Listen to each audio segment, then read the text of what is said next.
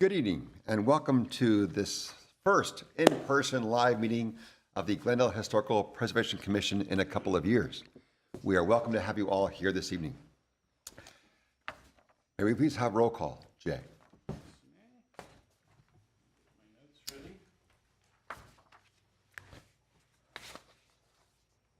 All right, Commissioner Morgan. Here. Commissioner Vartanian. Here. Commissioner Yurka. Here. Commissioner Cargnati. Here. Chair Doom. Here. 5-0. Excellent. Thank you. I'm glad we're all here live and in person. Good to see everyone, especially in our city council chambers today. This is yes, it's so important. On our agenda, item 2 regarding the posting of our agenda was in front of City Hall on April 18th on the bulletin board outside, and I hope all of you have a chance to read it and see it according to rules. And we have a record number of minutes to approve. We have them all in order, Jay. They are in order. We haven't made the typical announcement at the beginning, which I sometimes think is a little over the top in terms of information. But if you could just read that first paragraph on the agenda. Sure. Up to the point where we say what the public call-in number is. All right. Our meetings are broadcast live on Glendale TV, viewable by Spectrum Cable, Channel 6, and AT&T UVerse Channel 99. Meetings are also streamed live in high definition on the city's webpage, glendaleca.gov-live, and on youtube.com/myglendale, and, not to be outdone, Apple TV, Roku, and Amazon Fire devices using a free app called ScreenWeave and choosing Glendale TV from the menu. Meetings are also archived on the Glendale website for viewing anytime at glendale.ca.gov-agendas.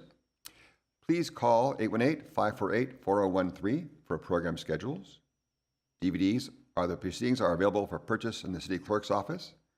For public comments and questions during the meeting, you are able to call, and this is the number you want to call for our meeting, 818-937-8100. Public comments on a specific agenda item will be taken when that agenda item is discussed. If you have any questions about matters on the agenda or request any assistance, please contact the CDD Planning Division staff at area code 818-548-2140 during regular business hours. How's that? Perfect. Wonderful. And yes, we do have minutes from 3 meetings. Okay, may we approve them all at once or individually? If there are any comments or corrections, let's take those first. If everyone's good, you can approve them all at once. Printed them all out. I didn't see any. Did anybody see any? I move to approve the minutes. Is there a second? Second. Excellent. Motion to approve and been seconded. Can we please have roll call, Jay, on approving our minutes? Commissioner Morgan? I have to abstain on the November one because I wasn't here, but I approved the other two. Commissioner Vartanian? Yes. Commissioner Yurka? Yes. Cargnati? Yes. Chair Doom? Yes. For all of them? No missing meetings for anyone else? Okay, perfect. Excellent. Batting on 0. It is now time for oral communication. Discussion is limited to items not part of this agenda. Each speaker is limited to 5 minutes. Glendale Historic Preservation Commission may question or respond to the speaker, but there'll be no debate or decision during oral communications. I am pleased to announce we have real cards and real people with us here this evening. No, but Those are not. I don't know if anyone's here for this section. They're for Oh, these items. are for request items. Yeah. God. But we do have a caller. We do have a caller. Okay. We will open the line for John Schwab Sims. And John, you're on the air. Hello, everybody hear me? Yes. Hi. Thanks for the opportunity to address the committee tonight. Jay, I sent over a deck, if you could share it. Yeah, we have the photos up right now. Well, not a deck, we just have 2 The pictures. photo? Yes. Okay. Yes, thank you. Great. Yes, so I'm John Schwab Sims, Vice President of Preservation at the Glendale Historical Society and a resident of Bellhurst, a proposed historic district adjacent to the Casa Verdugo and Ross Moines historic districts. I'm calling about demolition work that is occurring at 1209 North Isabel, which is within the borders of the proposed historic district. As you can see from the photos, the house has been stripped to the studs. Although there are permits issued for roof, windows, and new stucco, there are concerns whether this house would remain a contributor with high integrity when completed. These concerns are based on three primary reasons. Two fall back to observed homeowner action, and the third is about changes to historic structures observed in neighboring districts. First, the homeowners have been caught doing exterior work outside of the scope of issued permits and were compelled to take out a new permit when the city engaged.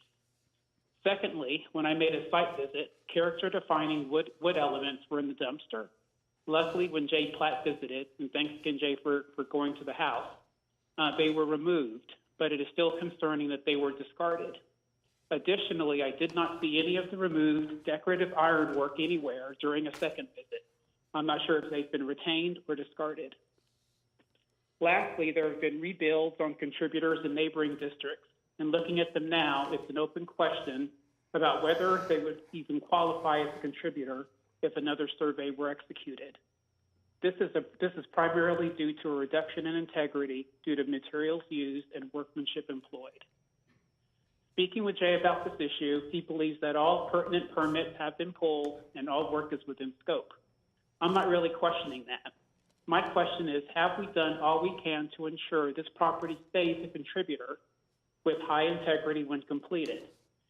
Should it have gone through public notice period to bring more awareness to the neighborhood who could engage with the homeowner on its historic importance, or should teardowns of this magnitude go to HPC, where more in-depth discussions could occur with the homeowner and we could nail down specifics on materials to be used and workmanship? Neighborhoods lose their character one window, one door, and one house at a time. It's painful to see the state this house is in, but believe we could do more to ensure these historic homes that are significantly updated can remain contributors with high integrity in their respective historic districts. Thank you. Thank you. Any comments on the caller? I know we're not supposed to discuss public comments, but I wanted to ask a question. Sure, yeah, and we'll have to limit it because this would have to be agendized, but I can answer obviously some questions about what we're doing. So the question was whether the permits on the stucco and the windows had been pulled before Bellhurst was a pending historic district. No, they were pulled during the period that it is a pending historic district, but the window review was done as we do all window replacement applications inside designated or pending districts. So we carefully make sure that the new windows are going to be very close to the existing windows in their dimensions, operation, proportions, all of that. And this is the standard practice that we've used in districts since we've had districts. The stucco is, as I've said in some emails with John, clearly this is a more dramatic stucco replacement than we see sometimes.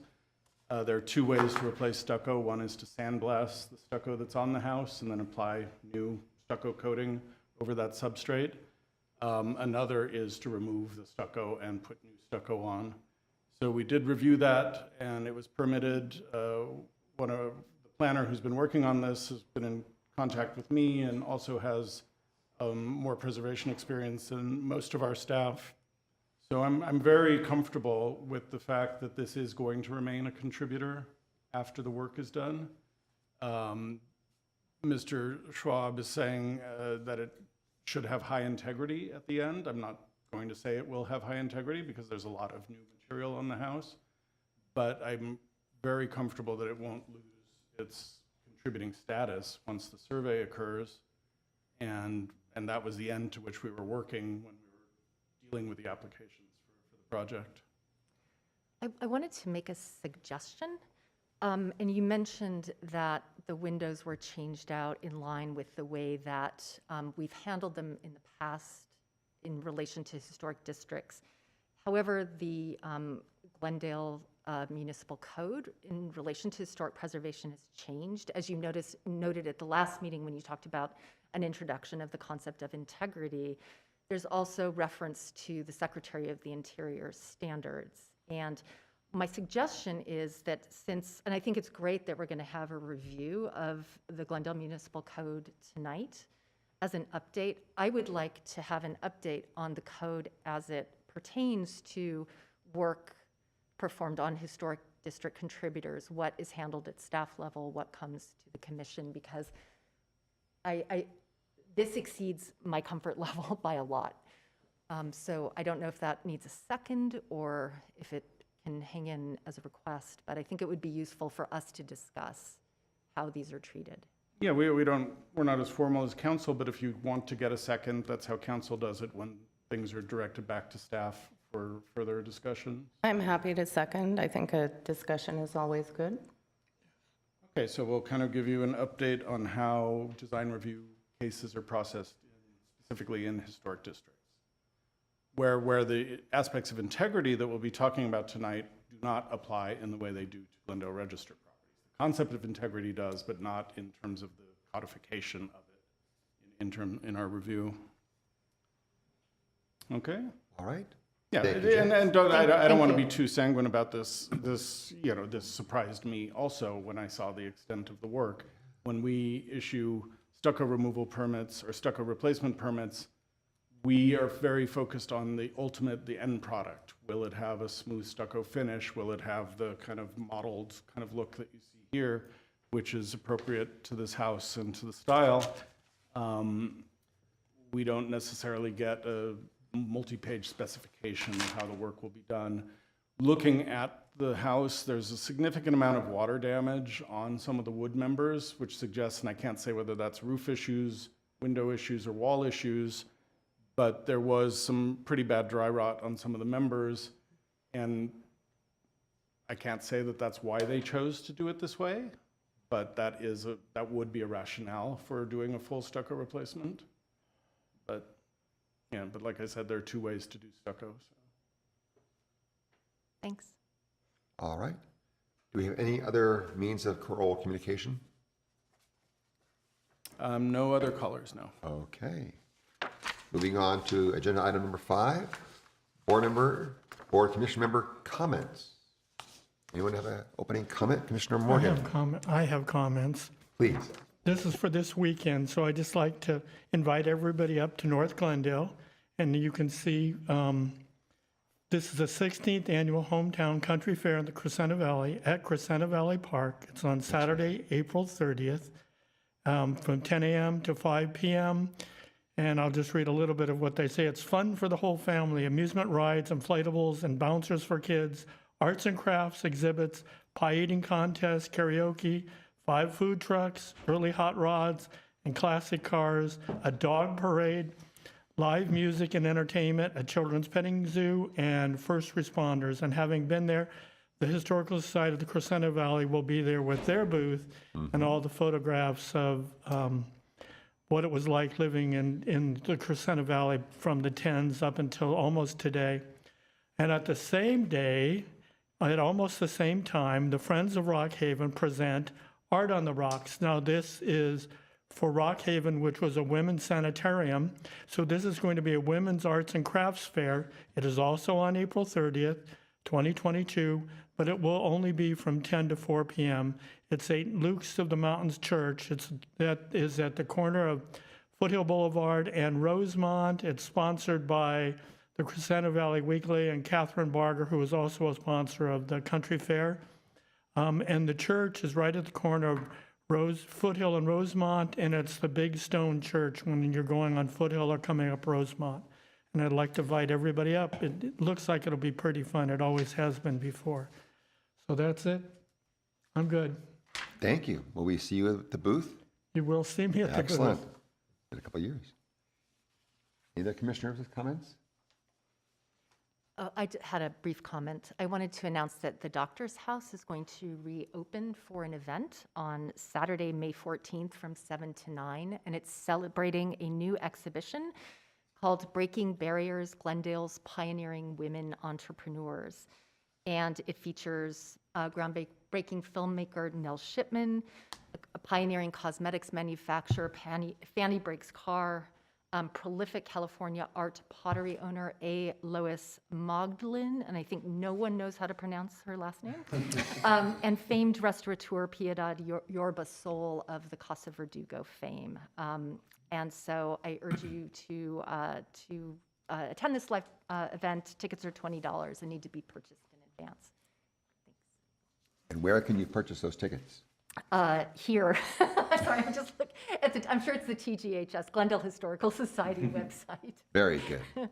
And is that an exhibit that's going to go past Yes. that event? So Yes, people it's an can visit exhibition that's later? opening. And yeah, thank you. And just one other comment. So there's it's also a question, is on June 4th, Commissioner Vartanian and Cragnati are going to be presenting a workshop at Brand Park, a Landmark This workshop about registering your property on the Glendale Register. And it was brought to my attention that when that was done 2 years ago, is the HPC was a co-sponsor. And so, and given that it's part of community outreach, it seemed like it would be a good idea for us to co-sponsor that. I know it's not agendized, and I don't know whether we would have to wait until the next meeting to approve, but it seems like a good idea to me. No, we could do that more informally. HPC has co-sponsored a number of things over the years without a formal kind of vote. And it also helps because I believe the facility fee is waived when a city agency is involved. So Good evening. Okay. Thank you. That doesn't require a vote for approval? Perfect. All right. And that's June 4th? Yes. Okay, we'll mention that again in our May meeting. Jay, do we have any old business? do not? Excellent. We have new business. Do. And we have 2 items for new business. Item A is 804 West Kenneth Road, a review of proposed circular driveway, front walkway, and lamppost, also known as the Stanford House. Do I turn it over to you or to Casey? This one I'm doing. All right, take it Casey's away, Jay. doing the next. So here's the Stanford House. Many of the commissioners are familiar with it. It's a very prominent house when you're driving back and forth on Kenneth Road. And the applicants, the owners, are proposing a couple of things, and I'll kind of just go through the gist of that. The main reason this is here, well, the 2 main reasons are there's a proposal to connect 2 existing driveways with a new section of driveway that would create not quite an official circular driveway, but a driveway you can pass through from one access point to the other. And then the proposal also includes the repaving of the existing driveway and paving the new driveways. And then there's also a proposal to build 2 lampposts at the front of the house on either side of the walkway. So I'll take you through each of those individually. You can see an aerial view of the subject property highlighted here. It's a very large lot at the corner of Highland and Kenneth. And this photo shows the kind of the view toward the house from the street through the hedges. This is the location where the lamppost will go with a new walkway leading to the front door. And then you can see the access points to the 2 driveways. On the right, it's the west driveway, so I'll keep referring to that one as the west driveway. That's kind of the driveway that shoots straight back from the street to the garage and goes under the porte cochere. And then on the left, there's a second driveway that's shorter, that curves, and it leads toward a garden wall. The provenance of this driveway is not 1,000% clear to me. It's kind of unusual to have it, but it's there, and it was there at the time of designation and for some time before that. And these are the 2 areas that would then be connected by the new section of driveway. Here's the plan that was prepared by the project designer. At the top on the west driveway, you can see the existing pattern. We'll look at some photos of it with these rectangular panels set inside kind of mortared joints, kind of very wide mortared joints. And then as it moves toward the rear of the house, once you get through the porte cochere, it kind of widens out so you can access the 3-car garage. The driveway at the bottom is shown in its proposed condition, which calls for maintaining the kind of rectangular pattern. We'll talk more about that as we move on. But you can see it's just kind of a short arc that leads to the existing iron gate in the garden wall. And then the section in the center, which I will show you here, is the new driveway that will replace what's primarily lawn, as well as a little bit of the walkway leading to the door. Here's the elevation of the house, just to show you the two lampposts that are proposed. The inspiration for the lamppost comes from the design of the garden wall, which is just a simple rectangular volume with a little cap on it. You can see the same kind of concept utilized here. There's not 100% certainty, and the applicants may address this in their presentation. There are two existing lampposts that flank the walkway now. They're somewhat hidden by the bushes. They're kind of cool. I can't say that they're super old. They're nice looking. They fit the house. Those would be acceptable for reuse, but the applicants may propose something that is different than that would still fit the character of the house. So that's something to check in with them about. Just so you know, there are some zoning rules associated with these features. I'll step back for a second, and circular driveways are permitted in Glendale only on houses that have a certain frontage. You have to have over an 80-foot frontage on the property to qualify. This house has a much greater frontage than that, so the concept is acceptable under the zoning code. And then there are also requirements for the landscaping at the front in terms of the amount of landscaping. The idea in the code is we don't want to, and this is not specific to historic properties, but the idea is you don't want the whole front yard to be paved. You want to make sure there's a balance between the new paving and the landscaping.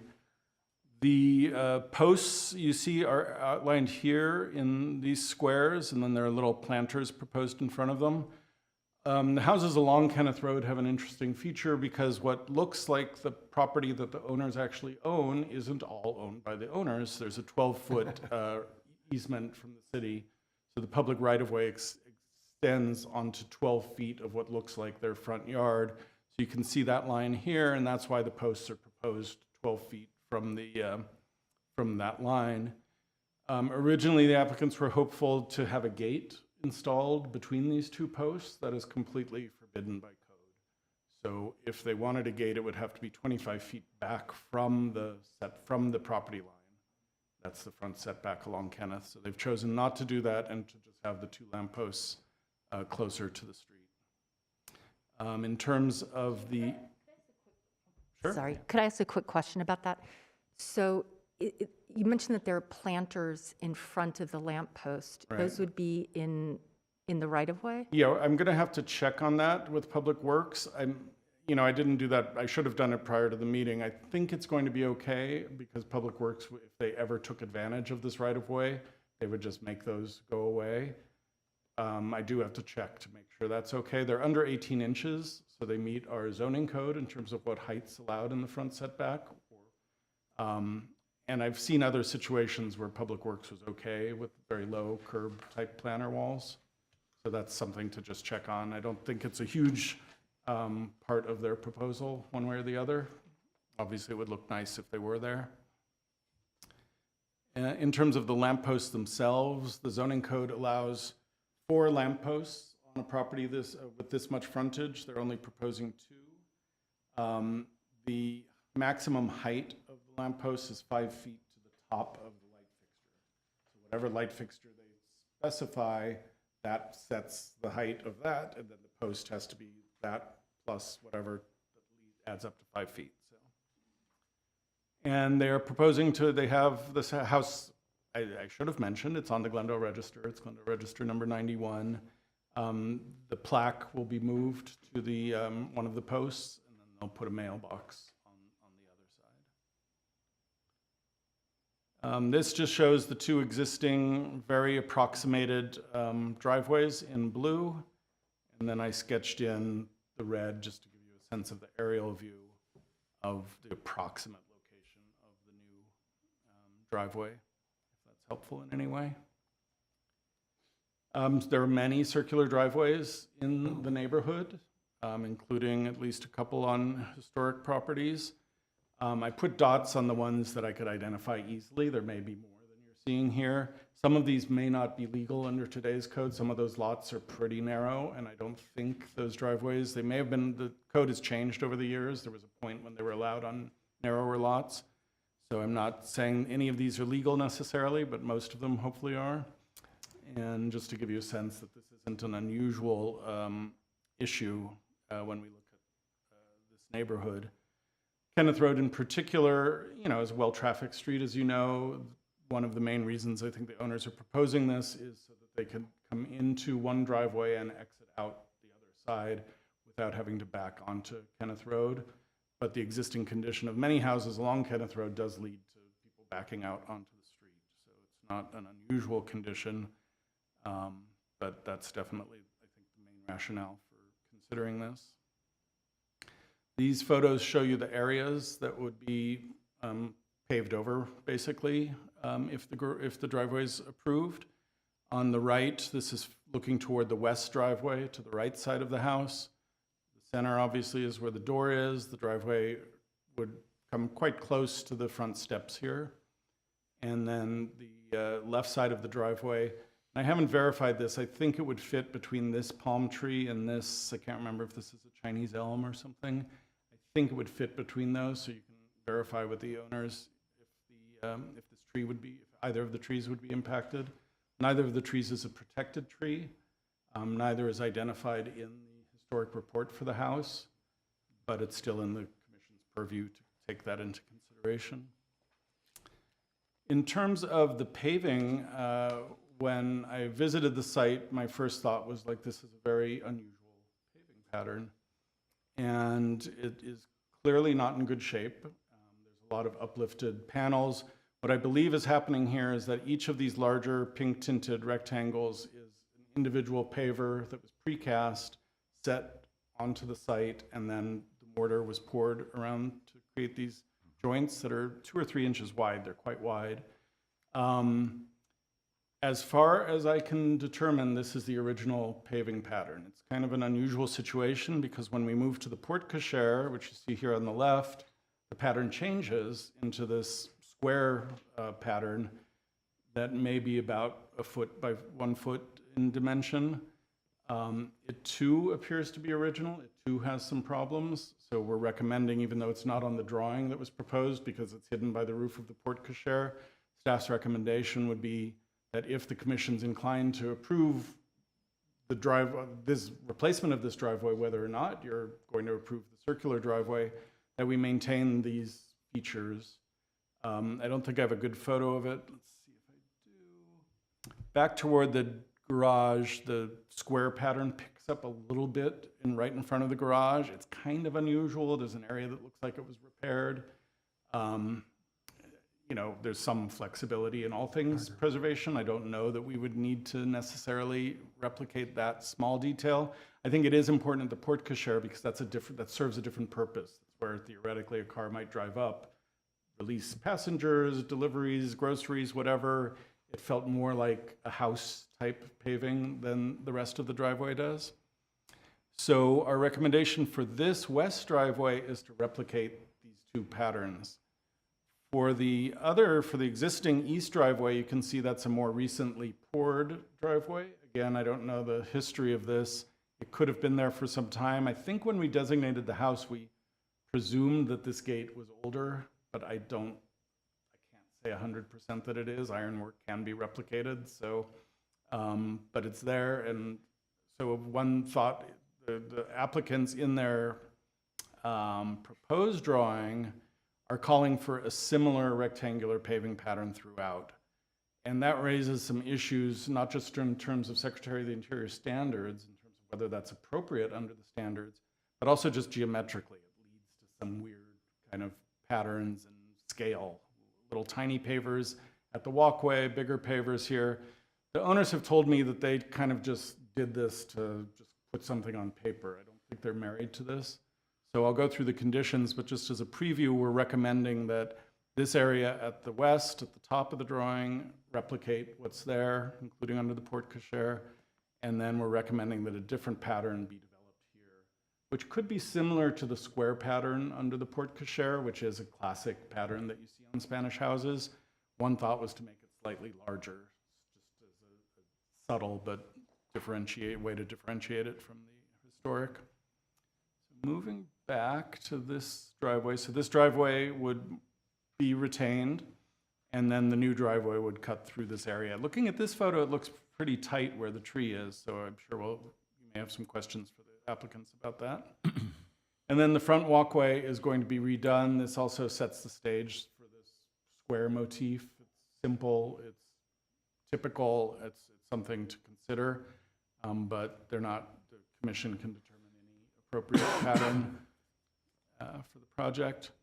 Here's a close-up of the lamppost, the way that the garden wall is constructed, and then the proposed. The proposal doesn't specifically say what the material is. I believe the owners have told me they wanted to have stucco here, but it doesn't show up on the drawing. I think either brick to match the garden wall or stucco to match the stucco of the house would be appropriate. So if you're inclined to approve the lampposts, I think there's, staff is open to either solution in terms of the finish. So I mentioned we have some conditions. If you'd like, I could read them to you, just so they're kind of out in the air. And some of this is contingent. I don't know. Staff's recommendation, as I mentioned in the staff report, we're kind of agnostic on the driveway. There's not a lot of good preservation philosophy guidance from the standards. So I did write up a couple of pros and cons for this, so I should have read those out loud, but I'll do that now. Because ultimately, it feels like this is a policy decision more than a preservation decision, although there are definitely impacts on the house if this were to be constructed. So in terms of the positive aspects of the project, the new driveway is not going to lead to the loss of any historic materials. And in terms of the west driveway, I think the condition does warrant replacement in kind. Another pro for the project is the enhanced safety for drivers and pedestrians, both the owners going in and out of the driveway, pedestrians on the sidewalk, and also cars driving up and down Kenneth. It provides an alternative to backing out onto Kenneth. And another is that the existing curb cuts are already there. So we're not adding new curb cuts, we're not reducing street parking or anything like that, which can be an issue when you're introducing new driveways. Cons for the project are that it will change the visual relationship between the house and the street. I think that's an issue because I think it's safe to presume, given the goals of this driveway, that cars are going to be parked in the circular portion of the driveway directly in front of the house for some period of time throughout each day and night. Another con is that the driveway is awfully close to the front of the house, and I recognize that there are some issues in terms of getting a car to make the turning radius, to make this a functional driveway. It just feels very close to the front steps, especially in other parts of the front of the house. One of our conditions is, if you're inclined to approve it, to find as much breathing room between the driveway and the house. That could be accomplished by making the driveway narrower and by shifting it to the north if possible. So those are things for you to consider. And then the other con for the project is that it would change the historic relationship between the landscaped and paved areas in front of the house. And that's not just for this house, it's a relationship that many, many historic and non-historic houses have in Glendale that we try to maintain, which is that we have these open front yards where the view from the sidewalk toward the house is generally open. And I say that knowing that this house, as well as many, many others, has a big hedge in front of it that does limit visibility. That's kind of another issue. Some of you have mentioned this in the past, but we would need direction from council to change our code, or the guidelines at least, to kind of start addressing that issue. But that I don't think we can talk about right here. So those are the pros and cons that I identified. I don't think that's exhaustive, but it's what I was able to kind of conjure up. In terms of the conditions, the first condition we have is based on commission direction: either reuse and reset the existing west driveway pavers, adding matching replacement pavers as necessary, with mortar and/or gravel joints. The gravel concept is introducing a new idea to a historic driveway style. And that would be specifically to allow more permeability. And just on that cause, it would look very similar to mortar, but it would create permeability. So I think staff supports that option definitely. And the other option is to provide a more monolithic concrete driveway that's either scored or stamped to follow the existing pattern. I believe that's what the applicants are proposing. Again, the drawings are not 100% clear on some of these things, so you can verify with them. If the commission does want to move in that direction, we would definitely need more information on paper. We need dimension drawings showing the size of the flags, how the scoring is going to be done. Stamping seems unlikely because you have to create, there are concrete stamps that are used for driveways all the time, but they're used for some of the more generic patterns that we see. This would have to be a custom project, so, but it's still possible. Condition 2 is to revise the flagging pattern at the new driveway and the east driveway and the front walkway. As I mentioned before, we're suggesting a traditional square pattern for simplicity and appropriateness to the style, but that's an open issue pending your decision. The third condition is to delete the circular pattern at the front of the driveway, which I didn't point out on the drawing, so let's go back. There's this kind of concentric circle, almost like a maze, labyrinth kind of configuration. That seems pretty unnecessary, so what we would recommend is if you're inclined to approve the driveway, just have the walkway lead to the driveway, walk across that part of the driveway, and then have another, if you want the driveway to be further away from the house, just have another piece of walkway section that would take you from the driveway onto the steps. And that's right, we don't have another. Condition 4, I already mentioned, is to relocate the driveway section as far as possible to the north to increase its distance from the house while allowing for vehicular access. I didn't write in here, but I did mention, and it's something you should consider, the driveway could be narrowed somewhat. It's not super wide, but it's also not as narrow as it could be. We require driveways to be 9 feet wide in Glendale per the zoning code. Condition 5 is to reuse the existing lanterns at the top of the new posts and revise the height of the posts to kind of fit the 5-foot limitation. Or to specify new fixtures, because I can't say with any certainty that those existing fixtures are old.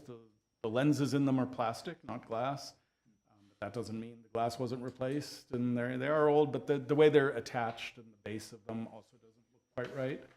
But they're interesting and they could be reused. So that's kind of an open-ended condition. And then finally, we need to have a revision to the drawing to specify the material for the lampposts if they're approved. And we're recommending that that either be painted brick to match the garden wall or stucco to match the texture and general feel of the stucco on the house. So that concludes my presentation. If you have any questions. Thank you. Any questions for Jay? Yes, Commissioner Yerka. So I'm looking at the last slide. Is that the picture on the right? Is that the lamp that is in the front yard?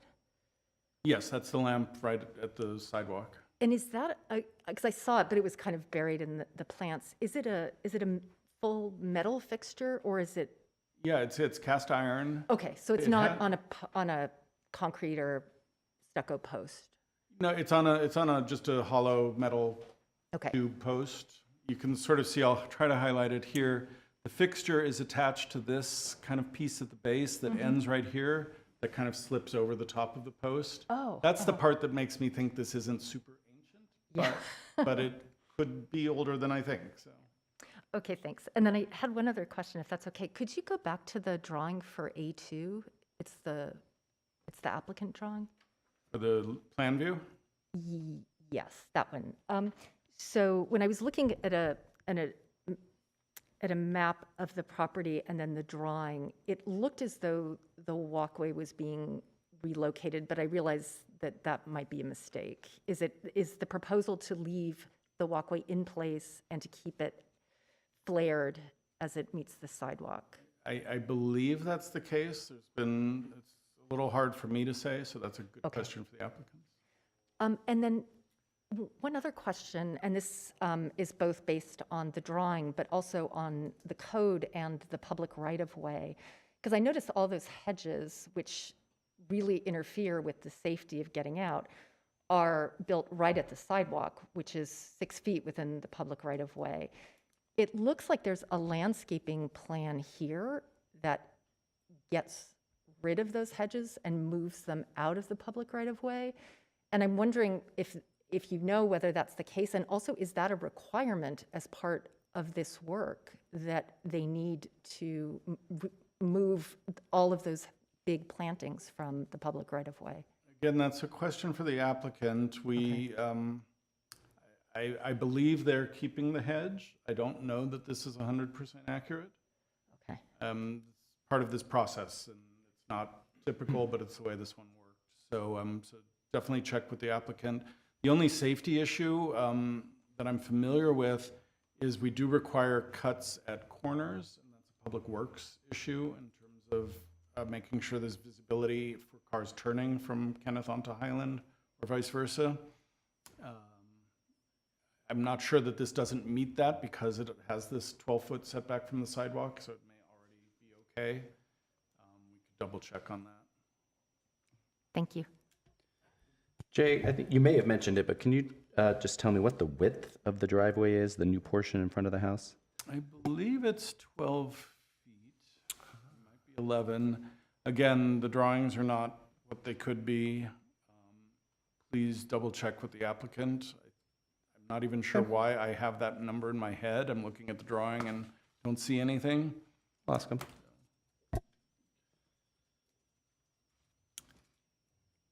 Anyone else? Another question for Jay? No? All right.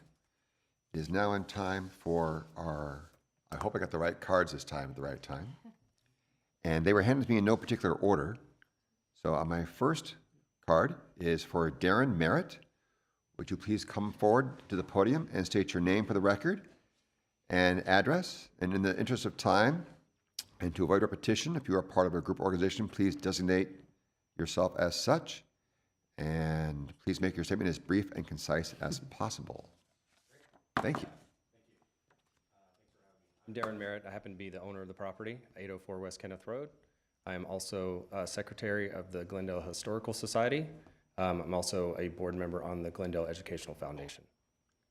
So, Thank you. I do have a prepared statement. It will address a number of the questions that came up. It will not address all of them, but I can answer those too if you want.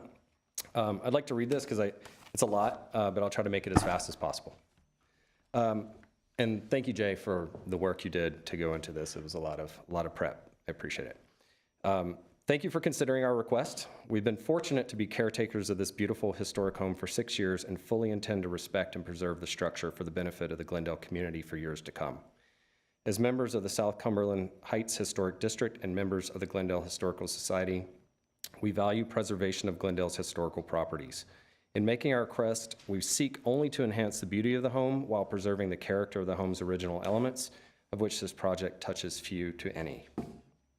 We feel our request is a thoughtful and tasteful solution to a very real safety concern that our Kenneth driveway poses to us daily. Backing out onto Kenneth is a bit of a gauntlet run, depending entirely on the courtesy of Glendale drivers. We know how that goes. Typically, we have to perfectly time our egress to ensure we're not the cause of an accident from traffic that's either speeding or disregarding the stop sign at Highland and Kenneth. With 3 young children, we put our safety and theirs at risk going to and from school daily. The request for a circular driveway is to allow for a safer entry into the roadway. Additionally, the current state of the driveway, porte-cochere, and walkway are worn, cracked, and unlevel, presenting numerous safety trip and fall hazards to ourselves and our guests. In our opinion, the hardscape in the front of the home is in dire need of replacement. In the process of replacing the driveway, we would also refresh our landscaping to further accent the home, reduce the height of the bushes on Kenneth blocking the view of the home, and further enhance the beauty of the Kenneth-facing portion of the property. We would also shrink but not eliminate the overall grass lawn to reduce watering needs. This, combined with installation of a drip system, will provide a conservation-minded approach to revitalizing the property. With respect to staff recommendations, we accept conditions 3, 4, 5, and 6 as written, We have no concerns about the request to adjust the proximity of the driveway to the front steps. We would welcome recommendations on distance. As it was brought up here today, I also don't think we care in terms of the width of the driveway. If we can make it as wide or as narrow as needed to make it look aesthetically pleasing for the front of the home. It's not our intent to pave over the front yard. It is just an intent to have a throughway for us. We have no concerns about the removal of the circular pattern that was added by our architect and is not something we're particularly attached to. That's right in front of the front door. I don't know why he drew it, but we didn't take it out of the drawing. The post material for the lamps will be painted brick, matching the others on the property. We'll amend the drawing to reflect that and the scale information as Jay has requested. We will also be reusing the lamps that are on posts. We don't intend to replace those with anything different. They match the other lamps that are on the Highland wall, and we feel like since they blend, they will look nice and appropriate for the property. We're not fully aligned on staff recommendations 1 and 2, mostly with respect to materials. For the driveway, we would prefer vintage brick or stone in a herringbone pattern, similar to our existing pool decking on the rear of the property. However, through discussions with Jay, we were advised that that may not be acceptable to the commission. I also have a picture of the pool decking if you want to see it later. We were advised that this commission would not likely find that material suitable, so we didn't submit it in the drawings. We wanted to state that the current proposal was adapted to fit what we believe would be appropriate. However, we thought it worthy to note that we do not think that our requested solution is the most attractive for the property. It is merely what we felt would be consistent. After multiple discussions with Mr. Platt, we began to worry that we needed to choose the path of least resistance to be able to get our project done for safety. We thus changed our drawings to match the pattern. We don't love it, wasn't our first choice. But during this process, we were advised that we may want to just see what we can do to be able to get the project done. Also, currently, the driveway is pink concrete slabs with remnants of red paint and concrete joints. It was most likely painted red and stripped at some point prior to our ownership. In our opinion, it's not adding any aesthetic integrity to the property or the neighborhood and makes it look like we don't care about our home, which is not true. We greatly care about the property. Most of the contractors we talked to are confused by that driveway. As Jay mentioned, it is strange. That's not his words, that's mine. It's just an odd driveway pattern. To address the staff driveway recommendations, our current design replacement material would consist of semi-rough rectangular concrete slabs with color to blend to the tone of the front door archway with either natural grass, dichondra, or some other suitable material, not concrete, between the segments, creating a more natural feel. Alternatively, we would ideally want the vintage brick. We do not wish to retain the current driveway materials in the west driveway as they are damaged and feel they'll be very difficult to remove safely and replace.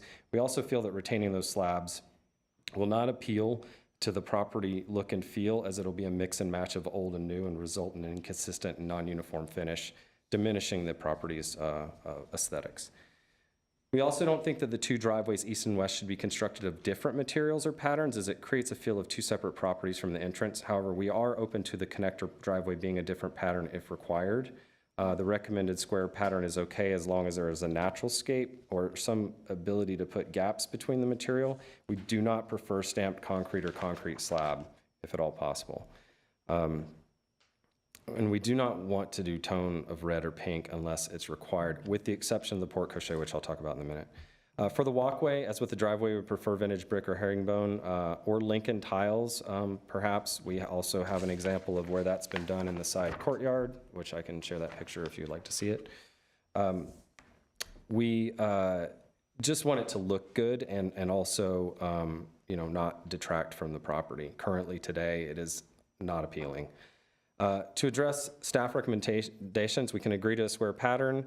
It would be our preference to use some other materials, but we would take advice and feedback from this commission on what is appropriate.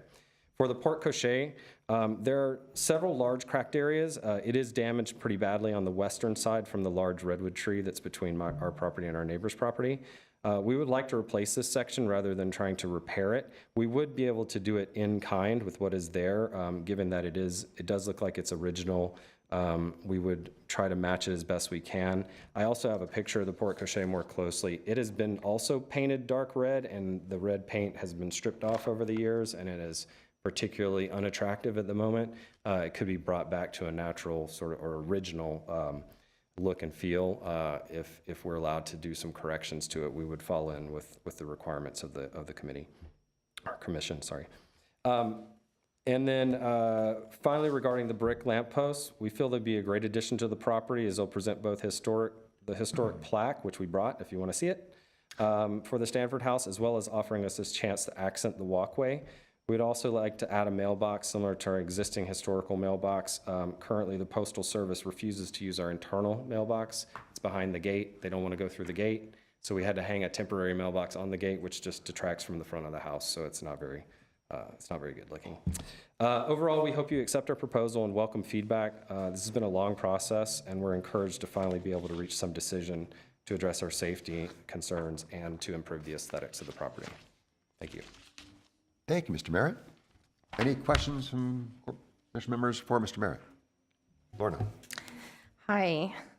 I just wanted to make sure on a couple of statements that you made, because you were going a little fast at one point. Sorry, I know yeah, you're it was trying a to lot. save time. Not his fault. Trying to get in under the wire. So, no, that's okay. No, we're not in a rush.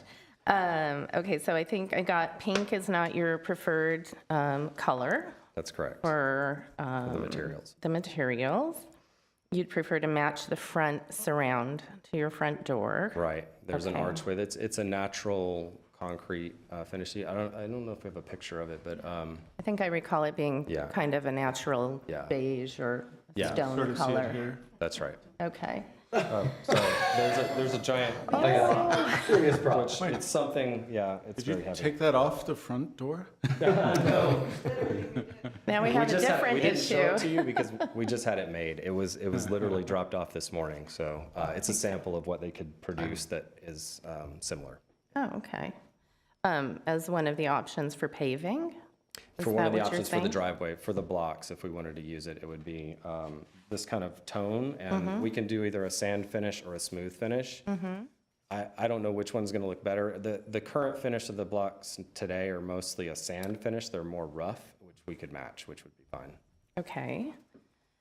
And then you'd prefer natural joints, I think you said, throughout, even on the connector piece than on the east side. Yeah, that's correct. Okay. Yeah, if possible. It just gets away from having so much paved area that it feels very Right. stark. Sorry, Lorna, will you say that again? I was zoning out for a second. Oh, I had heard that the preference was not to have some type of natural materials between Oh, right, thank the joints across remember the you saying entire redo. Yeah, he mentioned grass or dichondra. Yeah. I haven't heard the word dichondra in so long. I know, that is so 70s. And you have to sit and pick out You're the a real weeds. preservationist. We're bringing it back. But I love dichondra. Okay, and then at the porte cochere, I'm a little confused about that too. Jay, when you were doing your presentation, and maybe I didn't understand it in the report, are we not suggesting to retain the original materials? Or I think you're saying that it's in really bad condition, or were you Yeah. saying that it could be like? Yeah, I have a picture if you want to take a look. I can pass this around. On the west side of the pour, it's kind of a complete slab. It looks like it was put in and stamped originally. The redwood tree is uplifted, and there's cracks all the way to the center of the porte cochere. So it's actually in pretty bad shape. I don't know that repairing is possible. We would have to take out pieces, dig down to level it out because it's lifted about probably 6 inches or more on that side. It's also created a drainage problem where the water that comes through the driveway runs in the porte cochere and then puddles up in the corners against the foundation. We didn't want to leave that because that can create other problems for the structure. So we thought a new install that looks similar would be better. If we can cut it and match it, we could do that as well. I'm just not sure what the concrete people can produce. Right. You're probably going to want to take out some of those roots too. Yes. Those will be a persistent problem. Okay. Those are my questions for now. Okay. Thank you. Commissioner Cagnati, any questions? No, I think she covered a lot of stuff. Thank you. Okay. Commissioner Morgan, any questions? I'm good. Okay. Commissioner Dirk, any questions? Sorry, I do have one question, and that was about the hedges. Yes. So you mentioned just reducing them in size, but you're not taking them out. We might need to take them out depending, that we can't take everything out there and we don't intend to. There are 4 or 5 jacaranda trees that are hidden in the hedges. Our intent was to reduce the hedge size so you can first of all see the house and bring them back a bit and put some lavender in front. So there's a little bit of space between the sidewalk. You walk down the sidewalk now and it's kind of oppressive. You have to tilt sideways to kind of make it. It's a wide sidewalk, but it's not that bad. But we would need to do that and then build back a little bit some new hedge material. And we haven't really determined if we start cutting into the hedge what the hedge is going to look like. If it starts looking weird, if we have to cut back to bring it back a little bit, put those plants in. And then when we reduce it, if it then has no leaves and it's just sticks, it's not going to be very attractive. We would want to replace with something that's appropriate, right? So we're going to look at how do we do that. The jacarandas would stay. We would accent those. My wife had a idea of, she's here, by the way. She might want to speak, of circling those so they're more highlighted so you can see the tree, and then there's a little bit more distance between the sidewalk and the landscaping. Maybe this is a question again for Jay. I don't understand why like 12-foot hedges in the public right-of-way don't have to come out as part of getting permits to do work on landscaping and hardscaping in the front. To the best of my knowledge, Public Works focuses on safety issues when they look at planting. Everyone's parkway that is planted with trees or whatever is public-owned land that's the owners are required to maintain. So it's not, it's a typical condition everywhere that you're maintaining publicly owned property. I could check on that. I don't have direct knowledge. I've never heard that Public Works says no to hedges in general, but I know we do have corner cutoffs that are important to them. And have you ever thought of getting rid of the hedges to address the Yes. safety issue? Because I did visit the property, and a huge part of the problem is that you've got this giant hedge that blocks the view right from the sidewalk.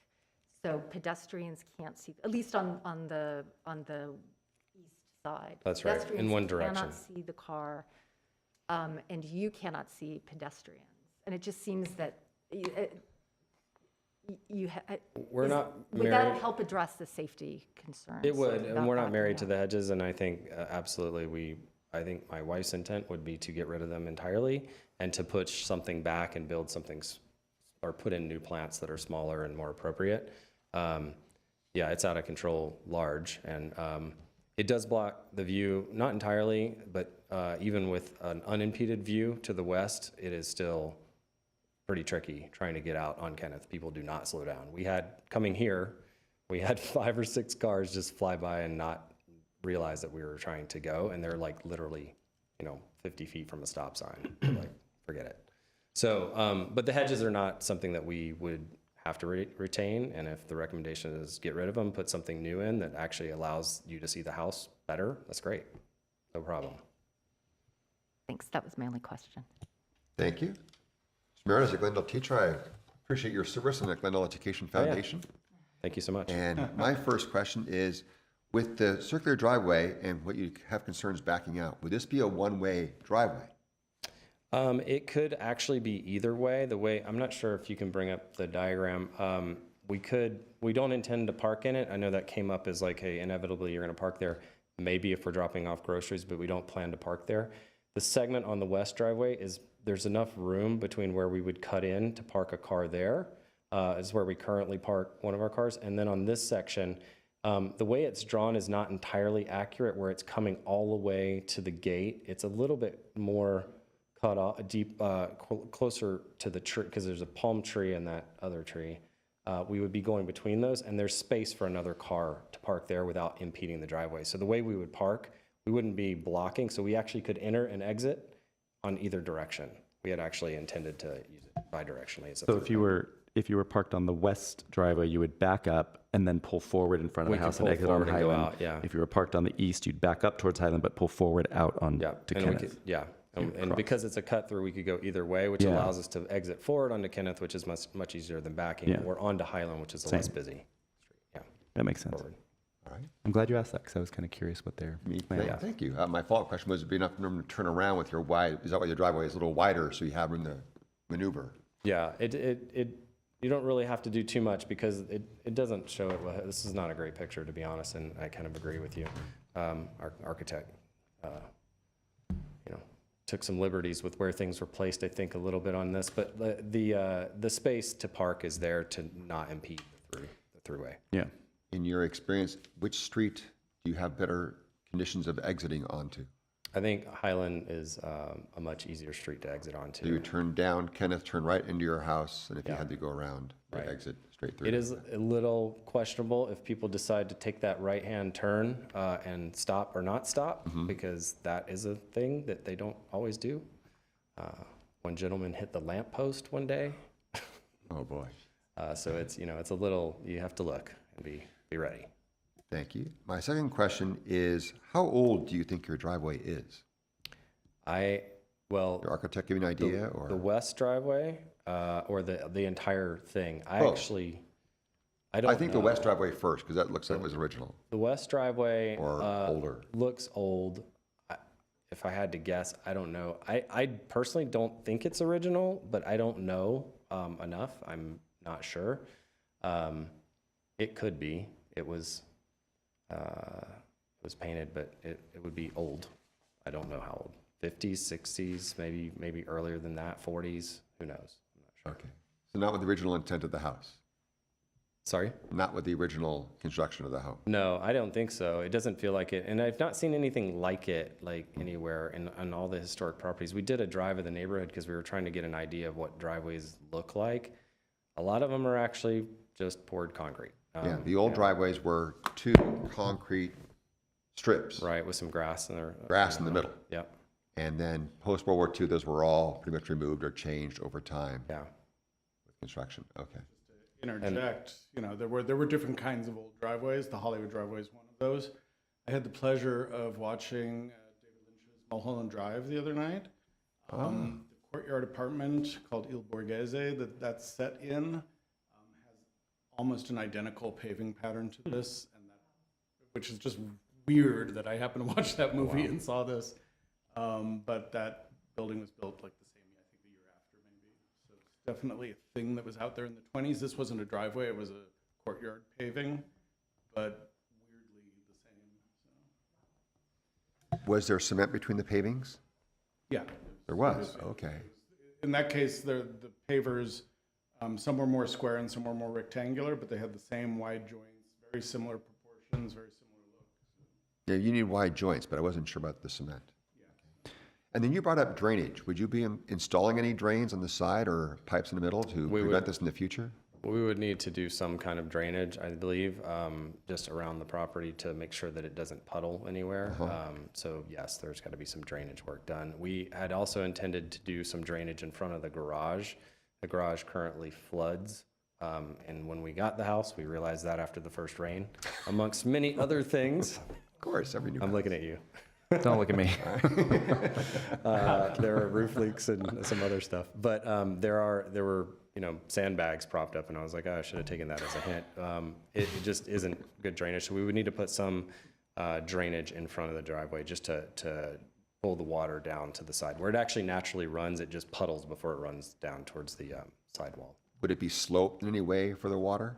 The driveway? It's already naturally sloping Always that naturally direction. It just doesn't do it enough that it can handle the flow of water when there's a lot of heavy rain. So having permeable joints will definitely help with that problem. Yes. We'll probably have to have some drains. Thank you. Oh, By the way, I'm just going to say, when I bought my house, we had sandbags behind the garage, and we didn't think about it either. So it was an El Nino that year, I think, and yeah, we figured it out pretty quickly. You learn pretty fast when you're like, what is happening? Thank you so much. Thank all right. you. Thank you, Mr. Ray. All right. Our next speaker, Stacy Boucher or Boucher? Okay. please come forward, state your name and address for the record. Oh, nice. It's really heavy. We won't have Casey pass that around. It's your workout. Nice to see you. Thank you, Jay. We co-wrote that statement together, so we were going to do it together, but that's okay. I think I can answer some of your questions, further expand on them. My dream on Kenneth is to do a row of shrubs again, but it meets with the 2 pillars in the front, so it wouldn't be any higher than those, which we had, I don't know if you remember, Jay, we discussed at one point that being allowed versus doing a fence in your front yard. So I would like to have that set back a few feet in front of the hedge, have a row of lavender plants or something lining the sidewalk. In terms of the material in the porte cochere, that area floods right now in ponds, so it's actually could potentially damage the structure of the porte cochere. So I don't know that that's salvageable just because of that. What else? I think that was pretty much it to add from the questions you asked, Darren. I do want to use the lights that are on top of the post for the new pillars. I would like to use those. Yeah, I don't know. Do you have any questions for me? Hi, Stacy. Hi. The landscaping design you described reminds me very much, I think, of your neighbor's house, kind of something like that, right? little bit Harry's like on. Something kind of low like that with a little bit of a hedge kind Yeah. of back. So we still have a little bit of Yes. a barrier between the people who, we have lots of people who park, have lunch, throw their trash. Yes. You know, with the traffic going by and, you know, exhaust from cars. I still would like to have a smaller row of something there, not nothing. And I really, those jacaranda trees are so beautiful when they're blooming. I would really like to highlight those and have whatever we plant sort of go around it. So you see the trunk of the trees, because right now you can't see any of the trunks. Great. Which I think will help too when we're backing out to have the row much, much shorter. But again, with people not stopping at that corner, the hedge could be 50 feet tall. It's not going to matter. But it is, yes, a safety concern at its current height. But we just, no matter how hard the Glendale PD parks there and pulls people over one after another, they still do it nonstop. They're going to miss that big hedge. They like to hide behind it. If I had to guess, I think that hedge was put in, you may not know this, but that actually used to be a bus stop in front of your house. Oh, really? Big, huge, metro-sized bus used to go to Kenneth Road, and there was a stop right there. I think that's why the sidewalk is up to the curb in front of your house, but not in your neighbor's, right? Because the sidewalk, you may not be able to tell from the drawing, commissioners, but you may, if you saw a site visit. The sidewalk here goes up to the curb. There is no parkway. You notice that. But just starting at the next property down, there is a parkway down Kenneth Road there. So if you look at the drawing, you can see it jogs over. So their situation is very unique in the neighborhood in that there is no parkway. And I think that was because there was a bus stop at Highland and Kenneth. Bus used to go down Highland, that crazy little street. Buses, huge buses. So anyway, I think that your idea, I think lowering the plants and everything is going to probably even help the problem of people loitering and everything. They're not going to be so hidden anymore. They're not going to want to hang out there. I remember you mentioned you had issues with people just on Highland that we didn't even know about. Highland. That was really intense. Our first 6 months to a year in the property. So I think I have an idea of what you're talking about with the landscape. I think it'll look great. Okay, I'm good with the question anyway. Thank you. I forgot to ask this question of Mr. Merritt, but since you're here, what do you think of Jay's recommendations for the brick? For the brick? Would you be acceptable to that? He was not a Pavers, fan you of the mean? brick. Pavers, yeah. Would you be acceptable to Jay's recommendation? I am not a fan of stamped concrete in any way, shape, or form. I would not be in favor of that. Okay.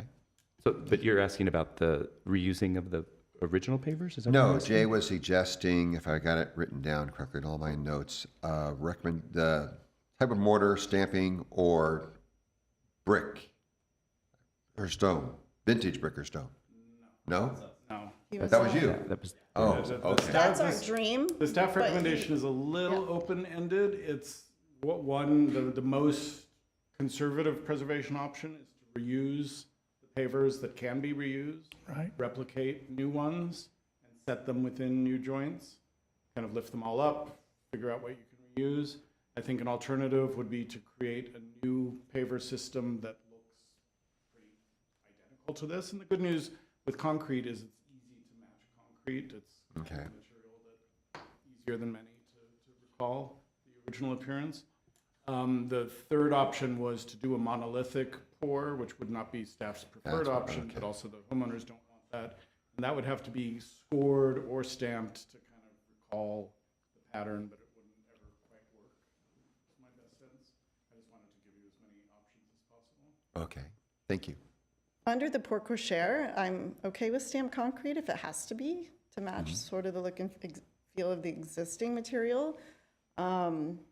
In terms of the driveway, like my husband said, we came up with this plan because we feel like it's the path of least resistance, and we just want to get going with the project. It's not our dream by any means. We've actually had several contractors tell us, yes, it's old, but it's not original. So the fact that we're jumping through all these hoops to make this pattern happen is maybe a little silly, but we just want to do whatever will make you guys happy and hopefully sign Hopefully off pass so it. we can, put more love into it and make it really, really shine. So Yeah, I'm just curious, the conversation with contractors is interesting. Have you been working with people who specialize in historic? one in particular did, yes, has. Okay, thanks. Any other questions for the Yeah, speaker? one Yes, question. Mr. So the paver that you brought up earlier, I was writing notes. Is that the kind of material you want on the west driveway? So if you were to approve doing what's existing on that driveway, we would like to do both driveways at least in the matching material. Super flexible on the connector. And we had our contractor make the sample for you so you could see what those pavers would look like. So that would be on both the west and the east driveway, or just? Yeah, I think it will make it look more consistent with one property versus looking like two properties. Right. Right now, we have guests get confused all the time. They're like, which driveway is to your house? They're completely different. So we would like them to match, so it looks like all one property versus two. Okay. Yeah. Thank you very much. You're welcome. Thank you. Our next card is for Jay Sarkisian. He's calling down, so your name and address for the record. Hello, my name is Jay Sarkisian. My address is 1636 West Kenneth Road.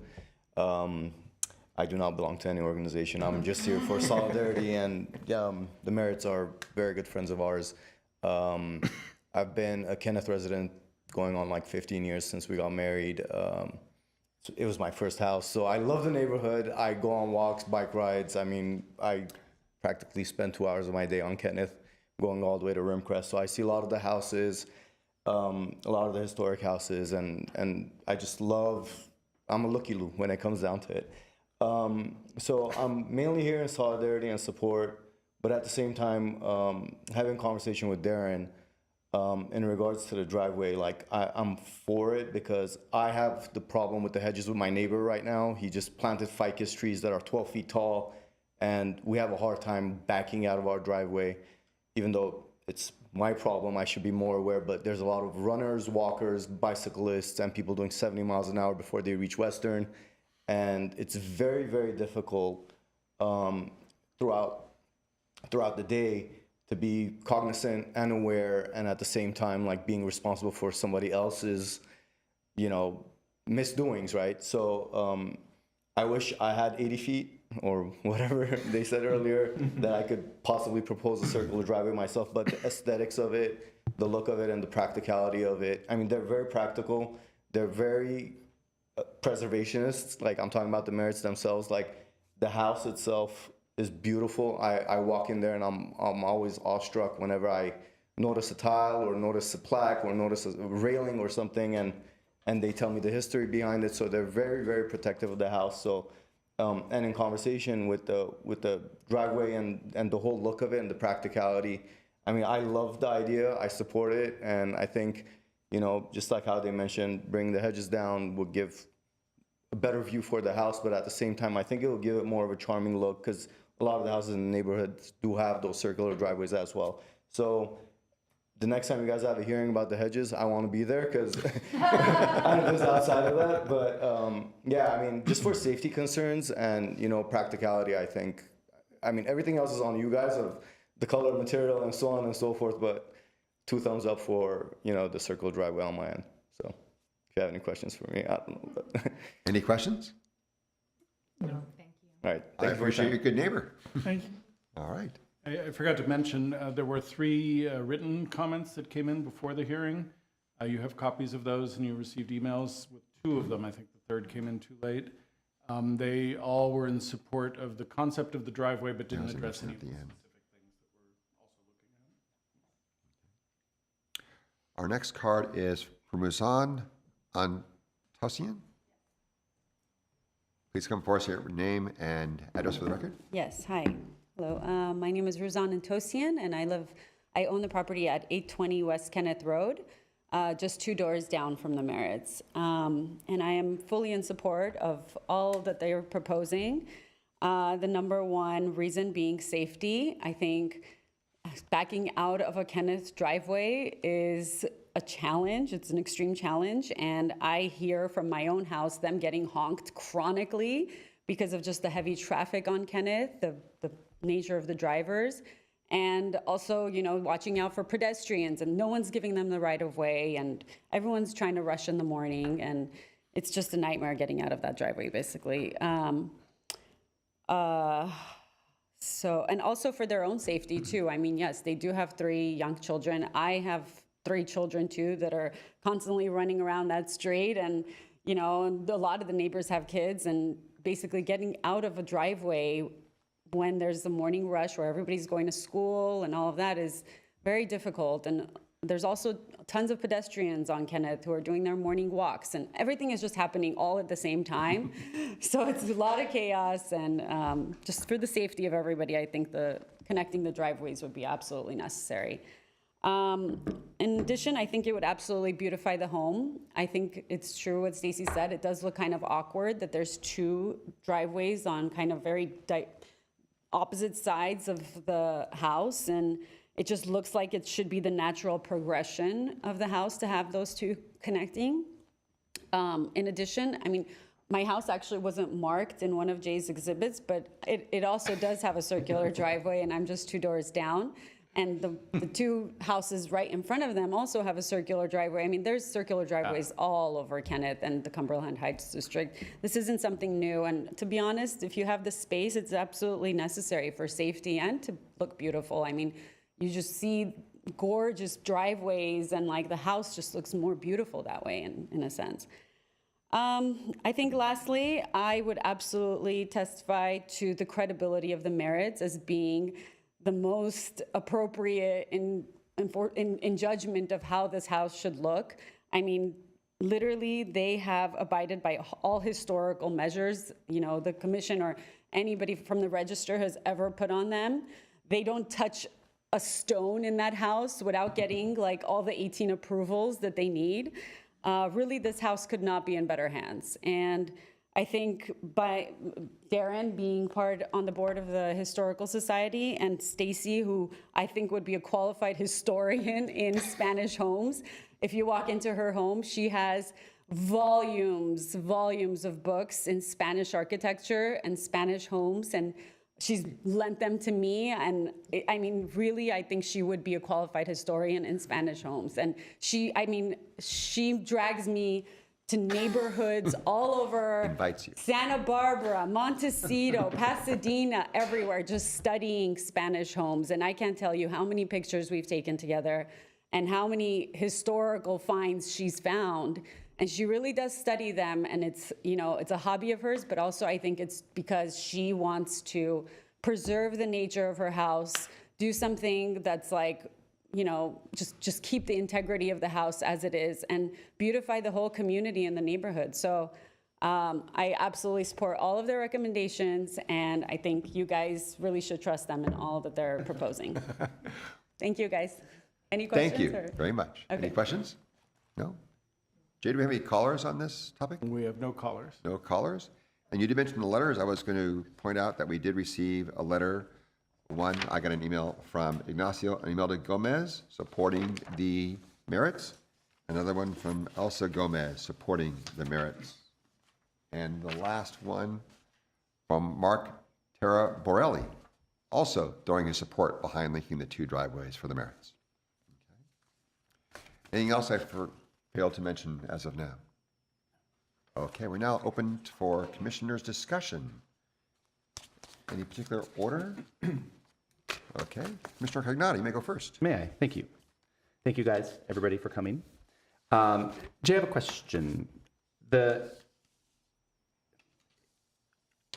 There's question, even in my mind, I've spent a lot, first of all, I should say that I was a part of the transaction when the Merritts bought the house several years ago. I represented the seller. I don't think that that disqualifies me from deliberating on all of this or voting on it. I just thought I would let everybody know that.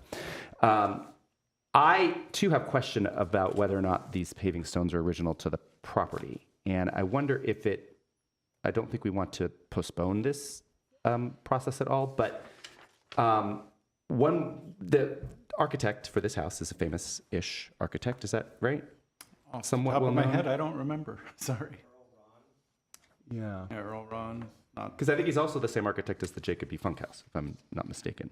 I thought maybe perhaps there was some tiny bit of research we could do if we knew his name to determine whether or not this was a driveway, potentially driveway pattern that he used in other homes. It is not a driveway pattern at the Jacob B. Funk House. I can tell you it's not.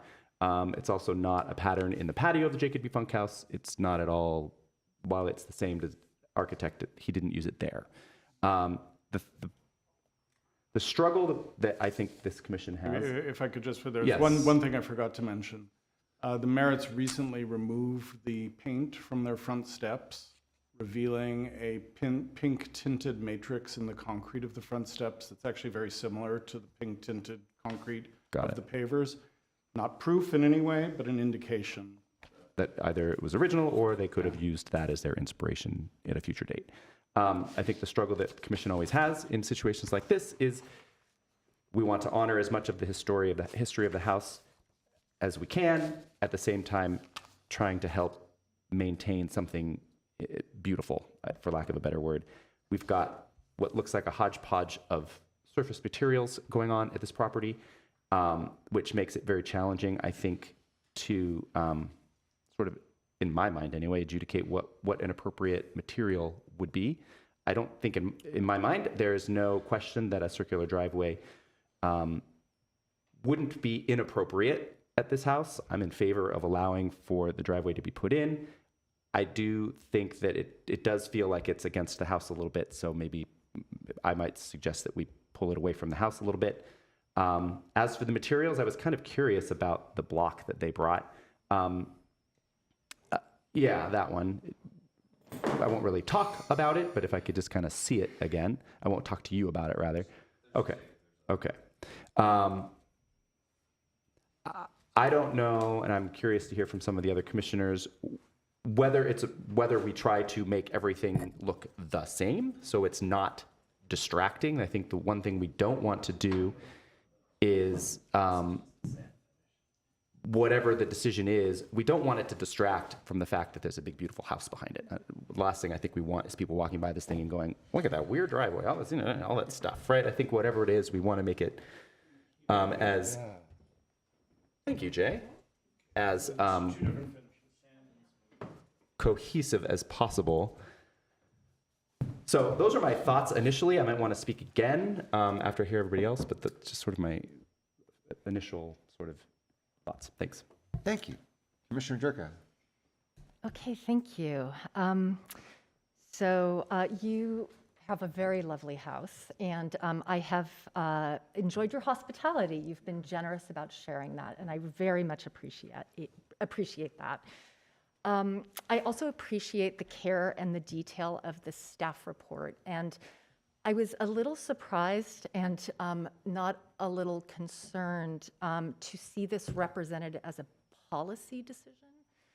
And I hesitate because I assume that the policy would be whether we endorse significant additions to hardscape in front of Glendale Register properties that have a Mills Act contract whether we endorse additions of circular driveways to properties where they didn't have them historically, and changes to the historic sequence of entry from street to front door.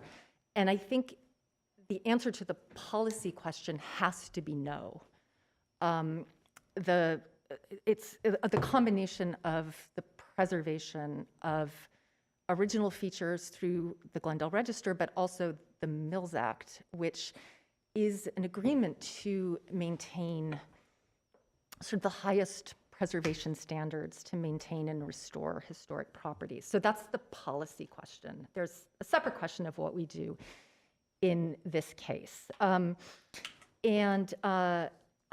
mean, the Glendale Register, as you know, applies to the whole property. It's 360 degrees. But the front is the most significant elevation of the property. And driveways and garages are designed with respect to the house. And that this is a case where the garages are behind the house. It has a long driveway. Automobiles are at the rear. That's a feature of the property.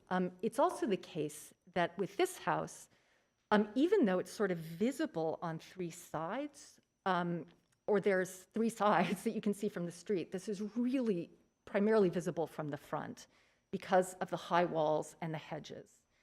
And hedges sort of all around the property. So what you can see of the house is really from the front walkway and the driveway.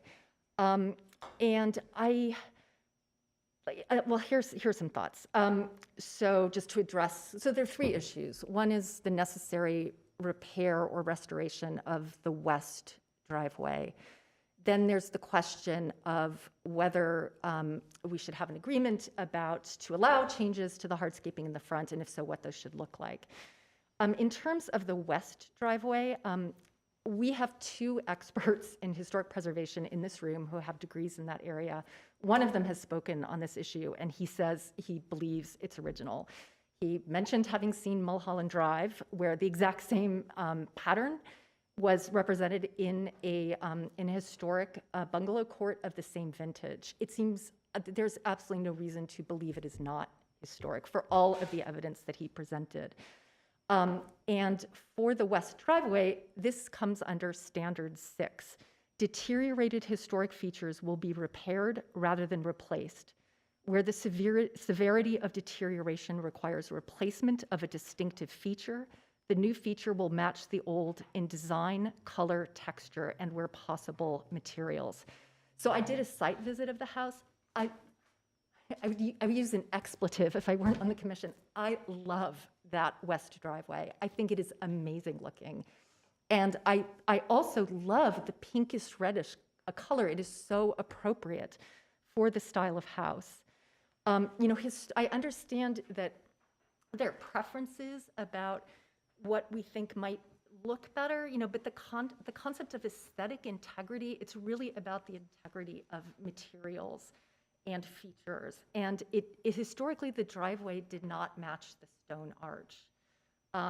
And so I think that the repair, where possible, and replacement is appropriate. I would suggest, though, to deal with, I would support a gravel rather than mortar because it would mimic the look enough, but would also allow drainage and allow water to soak through. I don't think grass is appropriate. That is a very new kind of look. Not in the Hollywood driveways. And I love those. But to have them as in place of mortar, I don't think is appropriate. I thought it wasn't clear to me that the project complied with all the standards. And I'll notice that, Jay, you were using the old standard language, the shall. Yeah, I know. Yeah, I know. I pulled it late to do this. It's so similar, it's not a huge difference. Yeah, so standard 2 is the historic character of a property will be retained and preserved. The removal of distinctive materials or alteration of features, spaces, and spatial relationships that characterize a property will be avoided. I do think that adding a hardscaped circular driveway is a significant change to this space. It's a very large lot, but it's actually not all that deep in the front. Like from the size of it, you would think that there would be more room. Jay mentioned as one of the cons, change in the historic relationship between the landscape and the paved area. That's a change in space. I mean, that's relevant for standard 2. And I do think that the other con, the change of the visual relationship between the house and the street, exists even when cars aren't parked there. And I understand what you're saying about that you don't intend to park there, but we don't know, where this house goes in the future. And one of the reasons that Glendale started discouraging circular driveways by creating the 80-foot minimum is because of turning the fronts of houses into parking lots. I also have an issue with the light posts being added. I think that those are conjectural features. They're not there historically, and they're designed to look as though they were, and I think that's a problem. I should say that I apologize. I have a sort of bias about this because, as Jay mentions in the staff report, I think that lots of people are putting in these historic, lampposts, these look at me, accenting the entry, and I think, this house has a historic entry, and it's street to the front door without accenting. I mean, the house does not need to be accented. It's absolutely magnificent. So the only suggestion that I would make, and we can talk about other conditions, but I strongly support, because of the Glendale Register status and the Mills Act, that the west driveway be repaired or replaced as it exists to all evidence originally. We can talk about other conditions, other conditions possibly, but one suggestion is that there is softscape that can serve the function of a circular driveway. There are kinds of grass that you could use. It certainly does not destroy grass to pull a car around on it, and it would not have nearly the impact. And of course, these things are reversible. Both the posts, if a future owner wanted to do that, but grass is really, really reversible. And I'm torn about the safety issue because I think getting rid of the hedges would go a long way toward addressing that. But I also understand that Glendale's not that safe when it comes to driving. But if there was grass to connect them, it would have low impact and it would achieve the safety goal, which I think is the strongest case that's here for the circular driveway, which I just think I just don't see how you move it far enough away from the front, given the size of the front. Anyway, those are my comments. Thank you. Thank you. Commissioner Bartanian, any comments? Yes, thank you. Just make a quick note. I also would like to thank you both for allowing me to come and walk on your property and for showing me around. And yes, your enthusiasm is quite apparent. And thank you for your custodianship and love of the house. So I will start by saying that I support the addition of the connecting driveway.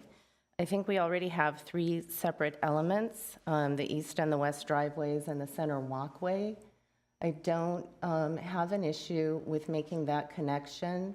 I understand safety from a personal perspective. I happen to live on a street where I back into my driveway, and I still have a problem getting out coming forward because of the traffic and people who don't stop at stop signs, who don't care that I'm trying to get out of my driveway, or whatever is going on. So I support your safety concerns 1,000%. For me, the question of the West Drive, I'm not opposed to keeping the pattern since we don't know 100%. And Jay, great resource in terms of what you just saw in the film. I'm hesitant to ask because of the condition of the pavers that I saw. I think it would be really difficult to try to reuse them and match them exactly and even match the color. I feel like that's probably going to be a problem. So I would like to suggest creating new pavers that are the same size. And I support using natural infill, either gravel or even sand, which is, what's typically used between the pavers we see going in most places nowadays.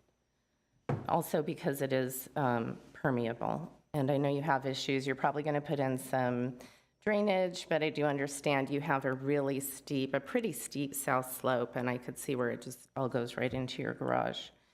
The area I'm not certain about is the Porte Cochere. In my mind, I was thinking that maybe that area was paved and the area in front of the garage was originally paved, and the rest of the driveway might have just been dirt. And at some point, later, the driveway was put in, but I would guess it was probably still very early. So I support looking to that pattern. And then I think the owners made a suggestion to use that pattern on the west and the east side. And then maybe a different pattern on the drive that comes across the front of the house to retain some sort of connection. I think that's an interesting thought. Jay, you used an interesting term, which was pattern collisions. So I don't know. I'm not sure. I think we need to talk about that a little more.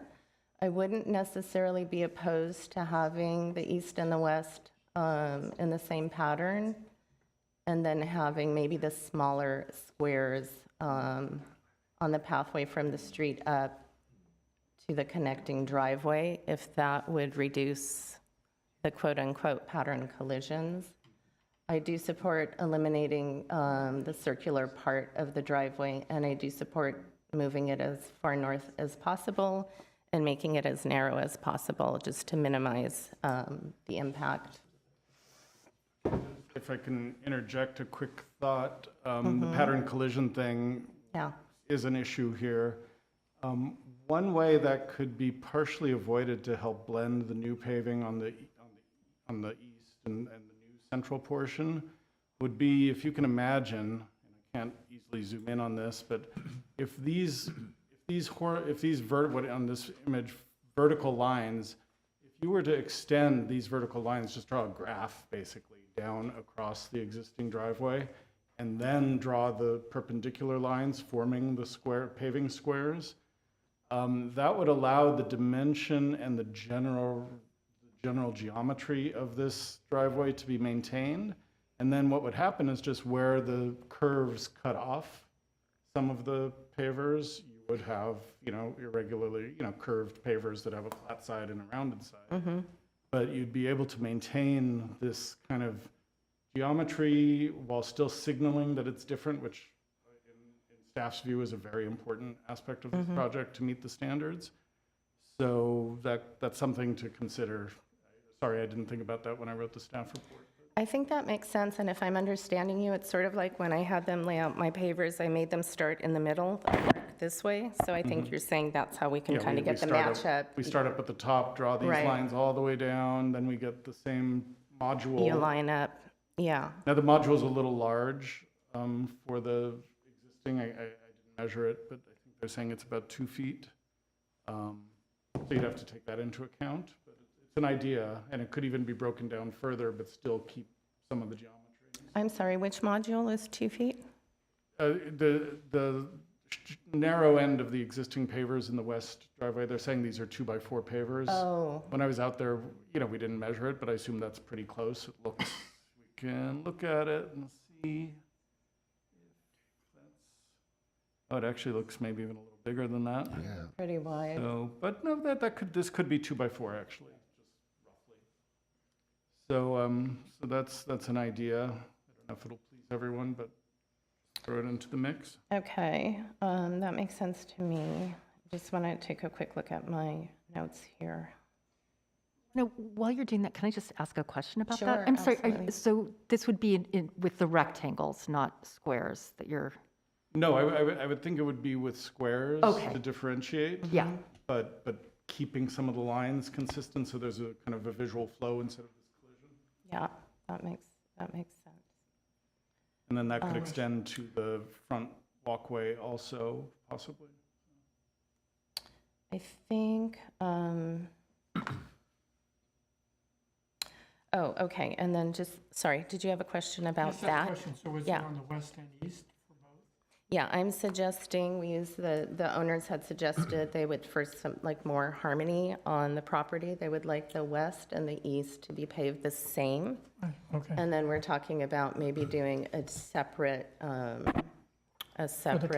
yeah, okay. pattern and size for the connector and for the pathway. To draw the commission's attention to what happens there, you have this effect where you have the joints becoming radii around this curve. And so the pavers get narrow and then they fan out, kind of like around bricks around an arch or something. It's not an ideal, this paving pattern works really well Right. on a straight line thing. And you can actually see up at the top here what it does when you have a curve. The curve just naturally cuts across individual pavers, but the general geometry is still visible. So that's a good point. And my original thought in my own notes was that we keep the west paved as is to original and do the rest of the paving all the same, which I think is what you had suggested. And I think that would also differentiate it from the original driveway, because I think I agree, Jay, with that curvature. I think it's going to be really hard to have those big slabs looking good, making that curve. So I'm okay with just having, replicating the west driveway and then having the connector and the east driveway be a different pattern, all the same, including the pathway from the front to the sidewalk. Would you want it to mimic are you suggesting that it mimic the existing pathway from the street, from the sidewalk back? Well, I think Jay had suggested, suggested a 16 by 16 square pattern to differentiate it, but to Yes. also kind of reflect what's currently in the pathway. Jay, were you thinking that Is that 16 what by you were 16 thinking? would replace the existing pathway? No, you would keep the existing I pathway. believe they want to replace the existing pathway. Yeah. So Can we open Want that to up? open the public Can we open it hearing? up real quick? You bet. We'll return now to open business and ask Mr. Merritt to come up to the podium. And the question from Commissioner Cagnati? Oh, is it your intention to replace the pathway, the existing pathway from the sidewalk back? Is that Yeah. part of, you want to take that up and do Yes. something different? Okay. Yeah, that's correct. And do you have any tile preference or pavement preference for the walkway? We, going back to our original preference was vintage brick. And then the second recommendation that we would like is there's Lincoln square tiles that meet kind of a square pattern These that's being things? discussed. These things here? that you Those brought are up? not them. Those are not them. Those are the cast example of what we would put on the west driveway in order to rebuild the west driveway with the same pattern. So it matches the pattern. It's just examples of new concrete versus. And would it be would it be this material but big? Yeah, it would be the exact same size. That's what's there. We would just Got it. replicate that and put that in place. Which you would have to do anyway because some of these pieces are broken, Yes. right? I mean, Absolutely. some of the pieces on the west driveway will have to be replaced because there are cracks in them. That is correct. I guess the question I have is this material, it's different, than the material of what's existing. Is that right? It's probably a little different, but the sand finish looks almost very identical. It's similar, right? colored differently. It's not the pink. But they could make it- that They could. pink if it had to be. That I was was the, told they could do that. okay. Yes. But you do also want to replace the pathway from the street back to the house. Yes. That you said initially was the vintage brick. I don't think that, it doesn't sound like we're going to go that route. What was the other option? Was the Lincoln? Like a Lincoln tile. It's like a square Just, tile. I just pulled this up. right. Okay. There's it looks some like- of this in the courtyard. More like a Saltillo Looks like tile. a Saltillo tile. that Not, what's behind not the gate? always the most Yeah. durable That's what's behind the material, gate. just keep that in mind. Yeah. Especially for driving, but it could be, so. That's true. Yeah, we have Oh, to think yeah, about that- cars.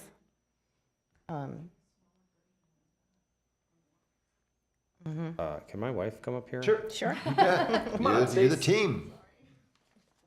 The plan was actually to do a smaller version of that pattern on the walkway in that same material. So all the material is Rectangles. consistent. Rectangles. Yes, Smaller. but a smaller version of the rectangle pattern. this So, material. because obviously it's a walkway, not a driveway. Yes. So that's why they look similar, but Right, they're that's smaller. why they're rectangles. Yeah. But it was all going to be in the same material, not in Lincoln. Yeah, that just came up as a late addition. Sorry. Oh, So the driveway, the pathway, in your mind, the driveway, the pathway, the east, the west, all of it would be the same material, all basically the same shape, just maybe different sizes of the same shape. exactly. Got it. Thank you. Material, as far as I understand in this diagram, is concrete. It is. Yes, that's what this is, right? That's This correct. is concrete. Okay. Thank you. So, oh, sorry. Did you have a question for? Oh, no, go ahead. Oh, yeah, okay. So I realized that my question about whether the walkway is being relocated, Jay couldn't answer that. That's not happening, right? No, Okay, it's not. great, thanks. Same shape. Yeah. Thank you. Any further questions for the homeowners? No, not right now. Thank you. Morgan? So Chris, sorry, just to, oh, yeah. Okay, we'll now close out oral communication. We turn back to board discussion.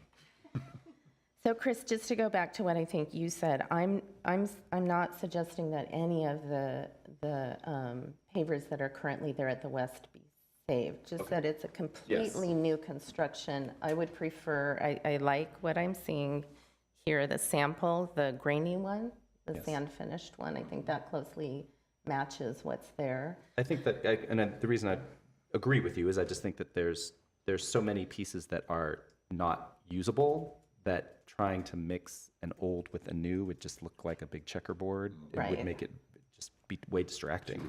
I It would be nice to be able to save them. I just don't know that there's enough of them there to Well, make it I work. agree, and I think that's easier to do on a tile roof because, it's on the roof, but I think this will be very visible and also the ability to match. I also want to quickly say that I'm not necessarily married to the pink color. I don't have a problem with the color that is being suggested to kind of tie in with the surround at the front door and, maybe just bring some more, harmony to all of the different elements on the property. I do want to address the pilasters at the front. I too am a little bit on the fence, so I'm going to say that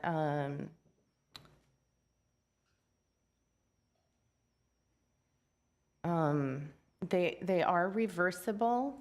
I understand the practicality of having them there, one for your mailbox and to, to have somewhere to put the plaque, although most people really sort of just put the plaque on a rock at the front.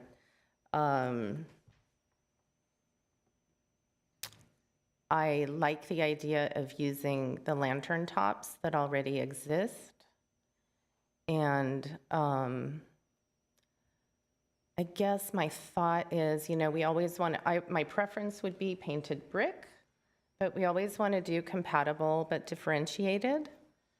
So Jay, if we added those lampposts at the front and we do brick to kind of, emulate the piers at the existing walls, what is our thought in terms of compatible but differentiated? I mean, is it just that they wouldn't necessarily have been something that was used at that time?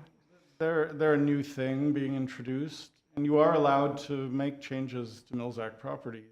And I'm sorry, I should say Glendale Register properties. There's no difference Right. in terms of how we regulate Glendale Register versus Mills Act.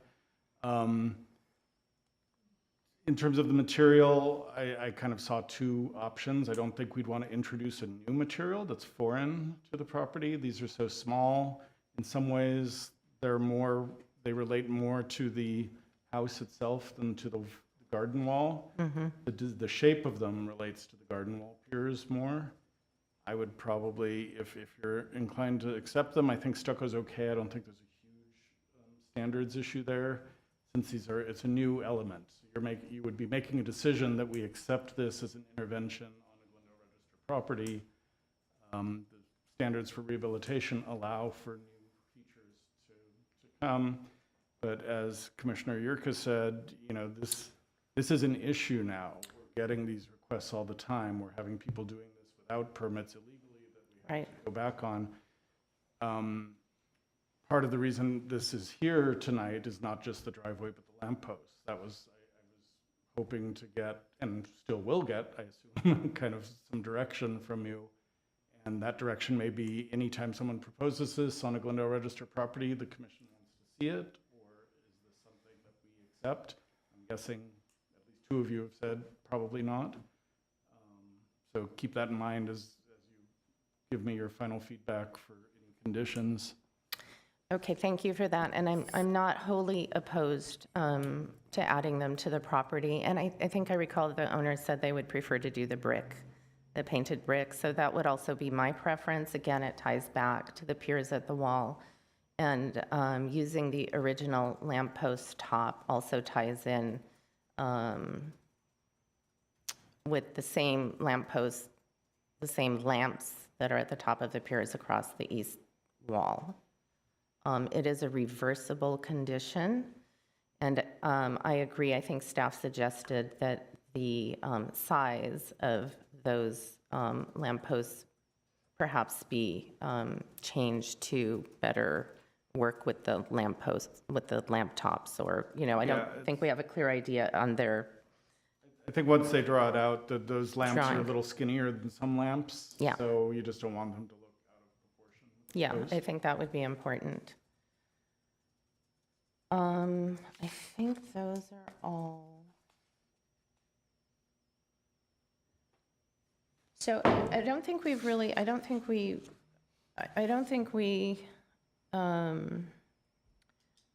or maybe I haven't. So I think at the porte cochere and at the front of the garage, I would be okay with doing the same material that was recommended, that was just brought, the sample that was just brought, in the same size of what already exists there, just to retain kind of the pattern of what was original.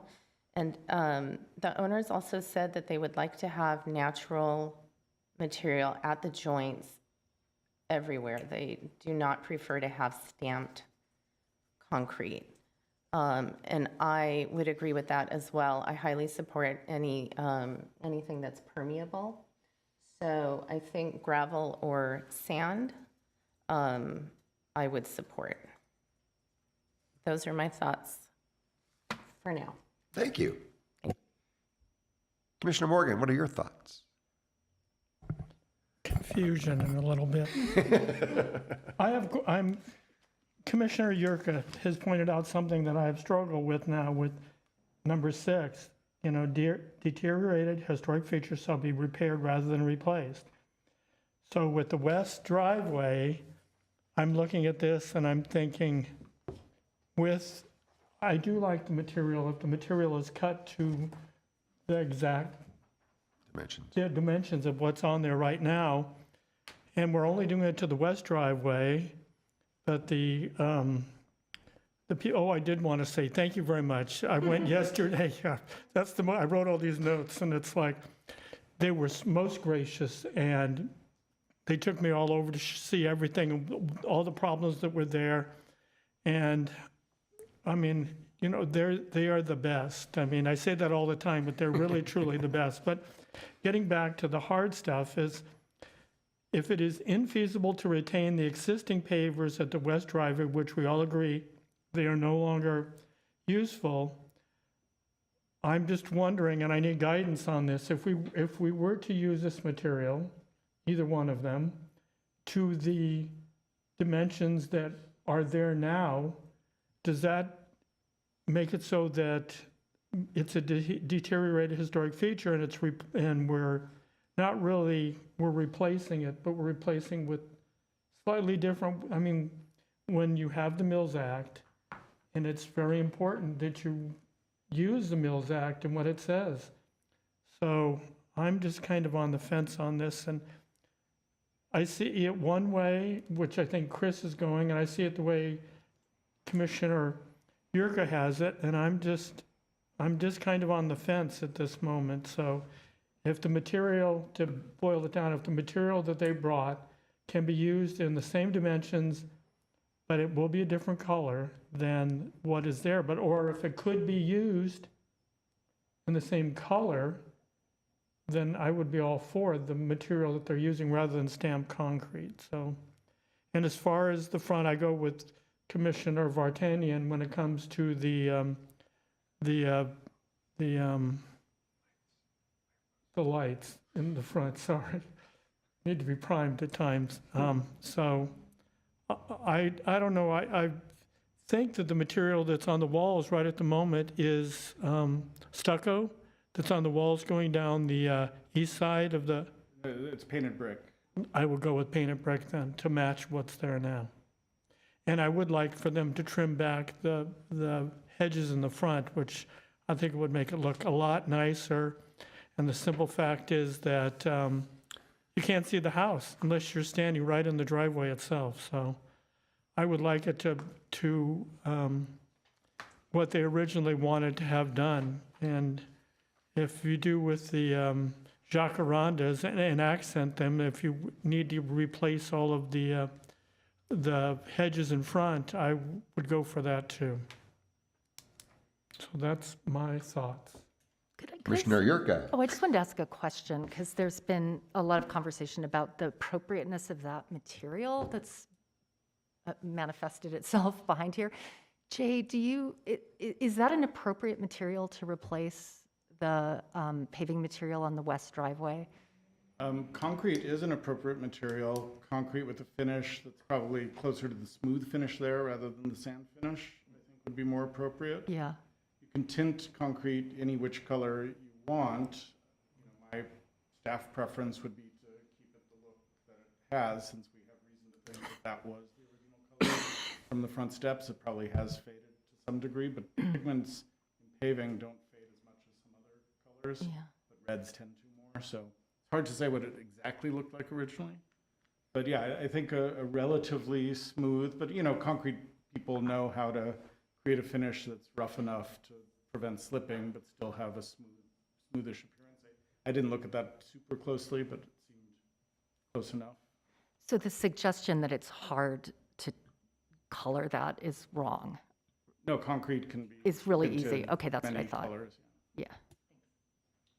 And if I may, to help you, Commissioner Morgan, maybe with your thoughts about replacement of distinctive features, I just want to remind the commission that a home was just recently voted to be placed on the Mills Act that had significantly changed fenestration that did not match the original, nor did it look like anything that was on the property. And in my opinion, it was not appropriate to the house. Had a myriad of changes, alterations. It was not placed on the Mills Act. It was nominated, it has to go to city council. Oh, it didn't have a Mills Act, but it was still voted to be placed on the register with a lower level of integrity than we would even expect of contributors to historic districts. That's my position, and so that might help you with your deliberation.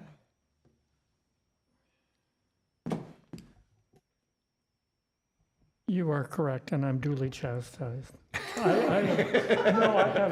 Truthfully, we had a talk over, and she had her suggestions and mine, And they were kind of, This, I think we're deviating from the Okay. subject Yeah. here, if we could stick with that. We are going to be Okay. talking about the, designation criteria, which relates to that decision, so. Right. okay. I have a question for Jay, addressing Commissioner Morgan's concerns, and you mentioned we are allowed to make changes to the Mills Act and Glen Register properties. The changes suggested, would they meet those abilities within the framework of the Mills Act, or we violate the Mills Act? Let me just repeat, and I hate to be a broken record. The No, Mills it's Act worth does- repeating. The Mills Act does not add any level of review or enforcement that doesn't exist already with Glendale Register designation. What the Mills Act does is it holds people contractually to that obligation and creates a significant financial penalty if they don't follow through. That's not an issue here. We're not even getting close to that with the merits. But I'm not sure. So the merits of what we're proposing don't come close to violating the Mills Act? No, not at all. And the Okay. commission is allowed, the commission by ordinance is allowed to deviate from the Secretary's standards. And I understand what Commissioner Yurka said when she was disappointed that I called this a policy decision. I was torn. This is a brand new concept that we're bringing to you. Whether or not this is even wildly in your dreams appropriate to have cars parked in front of the house or not, to me was kind of a key issue here. I'm getting the sense that most of you are comfortable with the new driveway, and now we're talking about the details of it. But you are, you are the arbiters of what's appropriate. And ultimately, your decision does not have to be completely in line with the standards. I don't recommend that we deviate from the standards dramatically at any point ever. But the ordinance was written specifically to allow for these unanticipated questions, these types of projects. We have other Glendale Register Mills Act properties that do have circular driveways that have cars sometimes parked in front of the house. So it was really more, I don't want to say I was punting to you, but I legitimately needed your guidance on an issue that's kind of a new topic for us. And so But nothing anyone's talking about now is a complete violation of them being on the Mills Act, and a violation of the Mills Act is done by the property owners, not by the commission, I would say. I do think it's very important that the west driveway west driveway be treated differently than the other two parts of the driveway. I think that's a critical issue, just for basic preservation philosophy. But within that range, you still have options. You have color options. And I just want to, some materials are more important than others in terms of their workmanship and quality. Concrete tends to be at the lower end. It's very easy to make concrete again look like old concrete. So the fetishization of originality is sometimes a little misplaced, depending on the material. If this were, painted beams or something else, I think, you may have a hierarchy in your minds, and there's reasonable room in any preservation decision for commissioners, for preservation professionals to disagree. So that's Okay, kind of so the thought. would our deviation be is slim enough for paper to go through width-wise? Are we making a deviation for a truck Well, to drive through? I don't know what you've decided yet. If you said that you were going to vote to have the entire driveway paved with squares that look like those, I'd say that's a big deviation. Okay. Staff would not recommend it. I don't know that anyone would appeal the decision, but it's possible. There'd be reason to. If it comes down to, do you prefer the pink tint or a different color tint? Houses change color all the time. We don't regulate color on the register properties. Okay. Color that's integral to the surface of the material is a little different than paint. Paint is expected to change over time. But nothing would stop the owners, the Merritts or other owners, from painting the concrete the way it has been painted over the years. They just removed paint from the concrete. So it's hard to answer that question until we know exactly what your final vote is going to be, but nothing seems to. Well, it would influence our vote if we were going off on a wider task than I think what we anticipate we're intending to do, but not open a Pandora's box here. I'm sorry, I don't understand. I appreciate your guidance in helping us what we're going to do. I think it helps us go toward one's path and not open a Pandora's box. At least for me, hearing the two different points of view here where we're going to go. What I think is most important is that we make a policy statement. I mean, it sounds like part of the, I strongly disagree that this is an appropriate project. However, I realize that I'm in the minority and I would like to participate in making it as good as possible. I also would like not to get a flood of requests at Glendale Register properties wanting circular driveways, wanting look-at-me lamp posts in the front of the property, because they may be reversible, but they will look like they are supposed to have always been there, and that's just not right. They're not there historically. So what I would like us to acknowledge is that some of the sentiment in favor of adding a circular driveway is very specific to this property, not because of safety issues, because I don't think we really should be taking that into consideration for the Glendale Register and the Mills Act, but because of this weird coexistence of two driveways that are already there and that can be connected across the middle of the property. I would also, and I would think that it would be very important for other kind of driveway alterations in the front to come to the commission, so that we're not setting a policy for staff to handle this at staff level. I also think, I would also hate for staff to start to take it as a policy that any Glendale Register property owner can have lampposts in their yard, so long as they're compatible with the house or compatible and slightly differentiated, use period appropriate things. I don't think they belong on a historic property when they were not there historically. That is the first thing that you are going to see when you look at that house from That's not an issue. We would bring those to the commission for all Glendale Register properties. Historic districts may be a different issue, but we haven't done that yet. And just so you know, just for background, there's a house down the street, also on the register, without a Mills Act contract, not that that matters, that has a driveway right in front of the house. That was not its original condition, but it had a major backyard reconfiguration at some point. The driveway had been asphalt, pretty ugly. The owners asked to change that, and they originally wanted to do something similar, I can't remember, brick paving pattern. And at staff level, we said, no, you can't do that. And we accepted a full-on gravel driveway solution for that house, which is what they're planning. They still haven't done it, I don't think, but that's the plan. So that would be the kind of staff level decision that I would be comfortable making. But in general, not just with Lamppost, but with any major driveway reconfiguration, I think we'd bring it to the commission. Okay. Please continue. No, I'm finished. I was going to say any further comments. So what you're looking for from us is multifaceted, it sounds like. like all design review and projects. it's just a driveway. Many things to cover.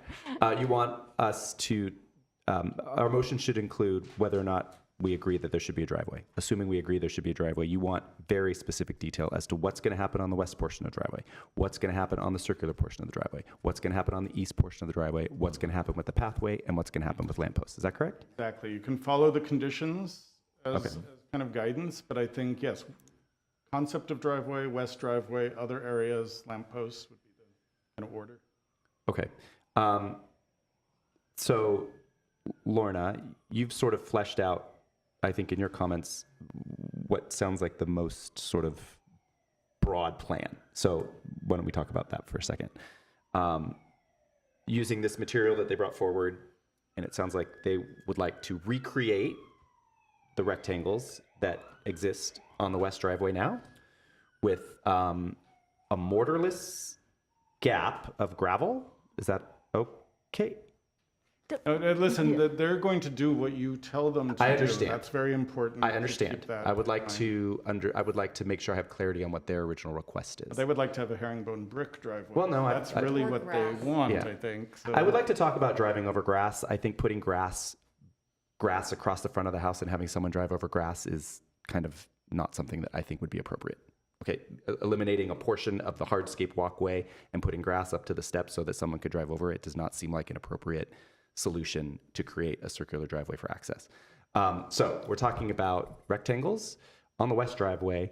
Or if the commission would like and the chair would like, I could break this down into topics and we could take a straw poll vote for each topic, build our consensus, and then hopefully move forward. Yes. So, Let's let him do that, please. thank you. So if the most prominent topic is the concept of, do we want to allow this connector circular driveway in front of the house? If you could just let me know. Yes. Yes. No. 4-1 on that issue. On the west driveway, there are a few. This will be a multifaceted question. Should the existing pattern be replicated using individual pavers with open joints? And I'll just throw in gravel because I don't think anyone really disagreed with that, rather than stamped concrete, monolithic, or anything else, but maintaining that pattern. At Yes. the west driveway. Okay, so I have to make sure my notes are good. So that's you got me. Casey. And this is so See, glad you're here. I can't barely see you over there, but And this is we're a being team recorded. despite lack of. okay. You can always go to YouTube later. Okay, so we're going to maintain the pattern with the open joints and individually set concrete pavers. Now, they could be poured. They don't have to be precast. You could pour concrete with dividers that you then lift out that creates the joints between Very them, labor intensive. which is a standard concrete practice that I think would look very close to what's there. You don't think they'd be too regular? Well, these are pretty regular. Yeah, they could have a little, but they could also ding up as the concrete cures. They could rough up the edges a little to give it a little age. Okay. And now, while we're talking about this west part of the driveway, is that including the space beneath the porte We're cochere? gonna get Okay. there. And does it include the portion right- directly in front of the garage? Well, then we're gonna get there too. Okay. So, but before we get there, so we're talking about the pattern, and is that a unanimous? Yes. Yes. Okay. Color. Would the commission like to see the concrete panels tinted in this light reddish color that we think is very likely the original color? Yes. No, I mean, not married to the color. No, since it can be painted anyway, what point? No, it's not gonna be No, painted. it's gonna be tinted No, concrete. but future owners could paint it. It You- was They hasn't wouldn't painted in You the can't I past. don't think they paint the concrete ground. No, you can paint concrete, it doesn't last forever, but Right. I don't think it's some of this has been painted previously. So Yeah. before we connect, Lauren out. Yeah. I guess I will say I like the idea of pink on the original portion of the west driveway because I do like the idea of the sand color in front of the house because I think the more we can mute that space, the better. Is everyone kind of okay if those two things are different? If the driveway is pink and the other is sand, I mean, or whatever that other Sam, you're color is. talking about the color. compatible, Yeah, compatible and differentiated. I Yeah. think that achieves. Yeah. Although That whole- you could be compatible and differentiate and have the identical color. It's just one of several Yes. ways you could achieve that. Because I think there's too much pink in the front of the house if we do the whole driveway in pink. But I do think that it is a hard case to make that those paver paces that are there now are not original. I mean, they're pretty friggin' old, pretty obviously old. And I think that that color there really is quite pretty and quite pleasing. And I could see that was potentially the architect's intention initially. But I do think there could be way too much pink if it's in the front. Okay, so we'll have the light red color at the original portion, or the west driveway. We'll have the brownish color similar to what's been submitted to us tonight at the connector, as well as at the east driveway Lorna, are you okay with pink on the and the walkway. west portion? I'm not loving it, but I understand the point, so I will go along with that. Okay. Is this a 5-0? Yeah, Mike? yes. Great. Moving on, the porte cochere has the square pattern as well as the little area in front of the driveway. Staff's recommending that we keep the square area. There is significant damage over on the far west side of it. Some of the other areas probably are salvageable. So the question is, do you want the design to be consistent with new paving or not, if that's what you're inclined? And then color for that area. The color should be consistent Yeah. along west the whole driveway, west side. Right, okay. I'm sorry, do you think that the porte cochere material, Should be the squares. it's the squares. Is it, I'm trying to see the picture and I can't remember. Is it individual squares or is that stamped concrete? It looks like it's scored concrete. Yeah, or scored concrete rather. And here's the photo. So would the idea be that they just take all of that up and pour new concrete? Yeah, and I think score them? that would all be Yeah, 'cause it has- you jackhammered couldn't up. see Okay. it's repaired. And So it's not I'm just sorry I don't replacing have a individual- better photo, but that, to me, that looks like scored concrete. I think that it is scored concrete. So Sound we're, right? so we're saying we want to retain the scored concrete there. Yeah. Well, and to replace in kind, I think Yeah. Replace in covers, kind, making covers our squares. bases. Okay, that's fine. Okay, so replace in kind, tinted to match the new west driveway. Same in front of the garage area. Yes. That So would be you're my recommend- preference. You thought that might be a replacement? It's only if you look at this photo that I have up right here. Yeah, with the pickup. This area looks, I don't know that we want to reopen for this question, but this area has been painted. This area is not painted. I doubt that they would have just removed paint for whatever reason here, but it's possible. Why not here also? There is something strange about this area. It does slope down away from the garage to add craziness. The floor of the garage has its own concrete pattern. It's like a museum of paving. So we're going to ignore that. We're going to ignore that It's for the now. Adamson house.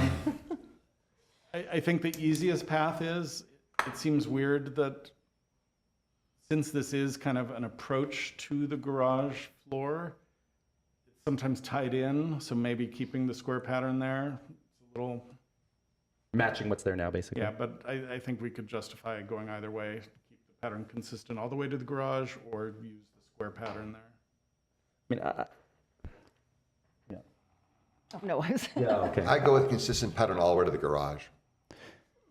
I'm okay with that too. I think I it's mean, I probably lean going that to be way. simpler in terms of. Okay, Less distracting. Consistent with, I just spoke, I mean, speak for all of you. You- No, I agree. I think it makes sense to go Okay. forward with. okay, so we'll keep it consistent to the adjacent paving. So I think we've covered the west driveway. We move on to the connector and the east driveway. I believe I've heard that you're open to a color change there, or many of you are open to a color change there. The issue is what sort of pattern, do you want to have the pattern as proposed? A pattern that's similar to the west driveway, or something integrated but different? So I think we said that the square patterning was probably going to be the easiest to make all the curves and look the best. I think the owners may have wanted rectangles, smaller rectangles. You can shake your head yes or no. I'm thinking squares. The only reason I would probably lean best. toward the squares is because that's what the original path is. You know, the walkway pathway. The Yeah, walkway we don't is, know that that's original, to be honest. Well, it matches what's under the porte cochere, right? It's similar, yeah, it looks a little fresher, but yeah, I mean, could and be. it seems to me appropriate to the. I would agree. Yeah. It's so simple and so typical of the Yeah. style that I think. Yeah, I think we you kind of brought when in that up in doubt the go report. with something generic. so. Mm-hmm. Okay, so we've got a square pattern with the brown color, and the square pattern will be aligned with the jointing of the west driveway. Now, the one question though is, if they come back with the drawing and all of a sudden, if we have these 2-foot squares hitting, especially at the walkway where the proportions may just be a little off, do you want to give staff flexibility to adjust as needed to kind of follow the guidance, the general guidance? I'm okay with that. And you're saying to give you the flexibility so that people don't trip and fall. No. No, To, design-wise, no, shrinking and to enlarging. just make sure the the curve. proportions are harmonious. Oh, sure. I mean, maybe there's an opportunity where the size steps down before it gets to its smallest size or something like that. What do you, Something like that, or if we have 2x2 squares that at the walkway look better as 1x1 squares, but ultimately the line, a lot of the lines are going to be lining Consistent. up, then I think it'll look okay. I see. You mean a change of size? A change Yeah, of if size. the, I think If necessary. we'd start with the module established by the west driveway and kind of run that across all of the new concrete. I'm just visualizing that it might at some point start looking a little off. If it looks great, then we'll just go with that. Why wouldn't we go with squares the size of the front walkway? The existing front walkway? Yeah. Because we could. The question is, does does the commission want the alignment with this driveway instead of this pattern collision? The pattern collision with squares, as long as the joints were, as long as the east-west joints were parallel to the street, I think that could look fine. So you tell. Honestly, I don't mind having a quote-unquote pattern collision right there, as long as we're going to see consistency everywhere else, and we're not going to be creating more as we move across, from west to east and the pathway. I'm hearing a square module to match the existing front walkway, or those look very similar to the porte cochere. So would that be Yes. be okay? Yeah. Square pattern module, looks like it's 1 by 1. That's my guess. Okay, getting close. So that solves the the driveway issues. Lampposts, I think I heard. Sorry, Jay, can we just clarify material and how they're going to be set? Oh, okay, yes. I assume that would be scored concrete at that, to get that module to work. Scored or stamped concrete. They're similar enough. So not these things, not the same material as Well, the it could be the driveway. same, but that's just concrete. So Right. it could be that material poured with that color, and then they're going to establish the scoring pattern. Yeah, that seems the most appropriate for the Yeah, style. which is pretty complicated, so they will need a good concrete contractor, but I'm sure they would do that anyway. So I think there was a suggestion to lay them down individually and have natural joints in between. That's when I was thinking of the large pavers on the west driveway. Right, but That's a possible solution there. My guess is most contractors would say, let's build out the joints like in Sunset Magazine patios from the 60s, but we'll just make it look appropriate to the 1920s. There we go. But I mean, for the square pattern going on the rest of the Square property. pattern, would not be, I don't think it would be individual pavers. It would That- just- That makes, they're very fragile and they're not very thick. I see. Weight material, I think it should be. Because we have cars going over it, we'd want to have them. Okay. So I'll just make a note that it's poured concrete so I don't forget. Okay, lampposts. Oh, do I we heard- want to, I'm sorry, the circular part? That's what we were talking about. Oh, no, well, the circle in the center. Oh, Yeah. Sorry, that's Yeah, what I I think meant. that's- I think that's fine. Okay. So delete circle at center. Okay, well, going back to the staff conditions, are you comfortable with and the Merit said this drawing isn't 100% accurate. Are you comfortable with the position in relation to the front of the house and also the width of the driveway? Which we still don't know exactly. It should be the minimum, 9 feet, I think you said? Yeah, Just to that's the minimize the minimum legal hardscape, yeah. driveway, yeah. Yeah. So minimize width, and that theoretically will minimize it obviously on the side close to the house, so that should pull it away. Is that So can we enough? use the existing depth of the planter as our guide?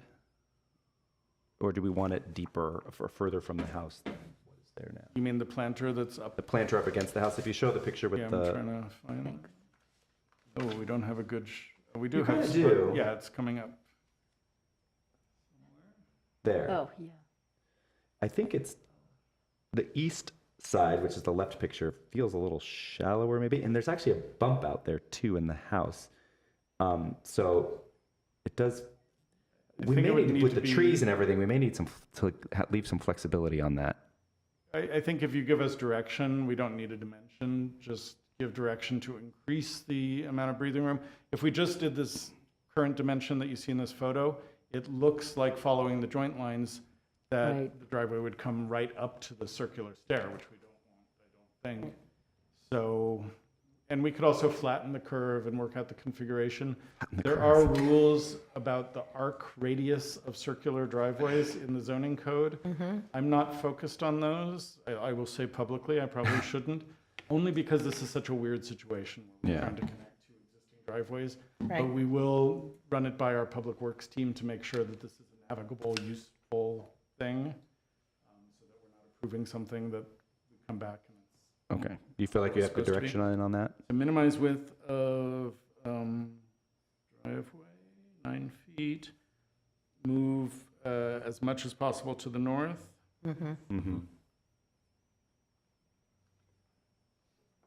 Right. And let me just finish the staff conditions, make sure.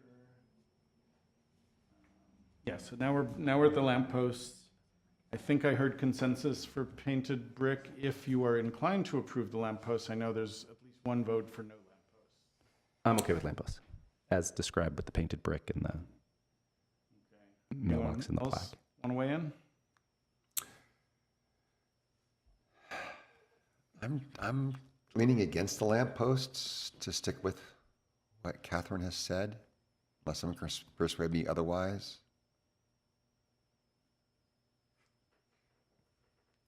Jay, I know we look at each property individually, so are we setting precedent?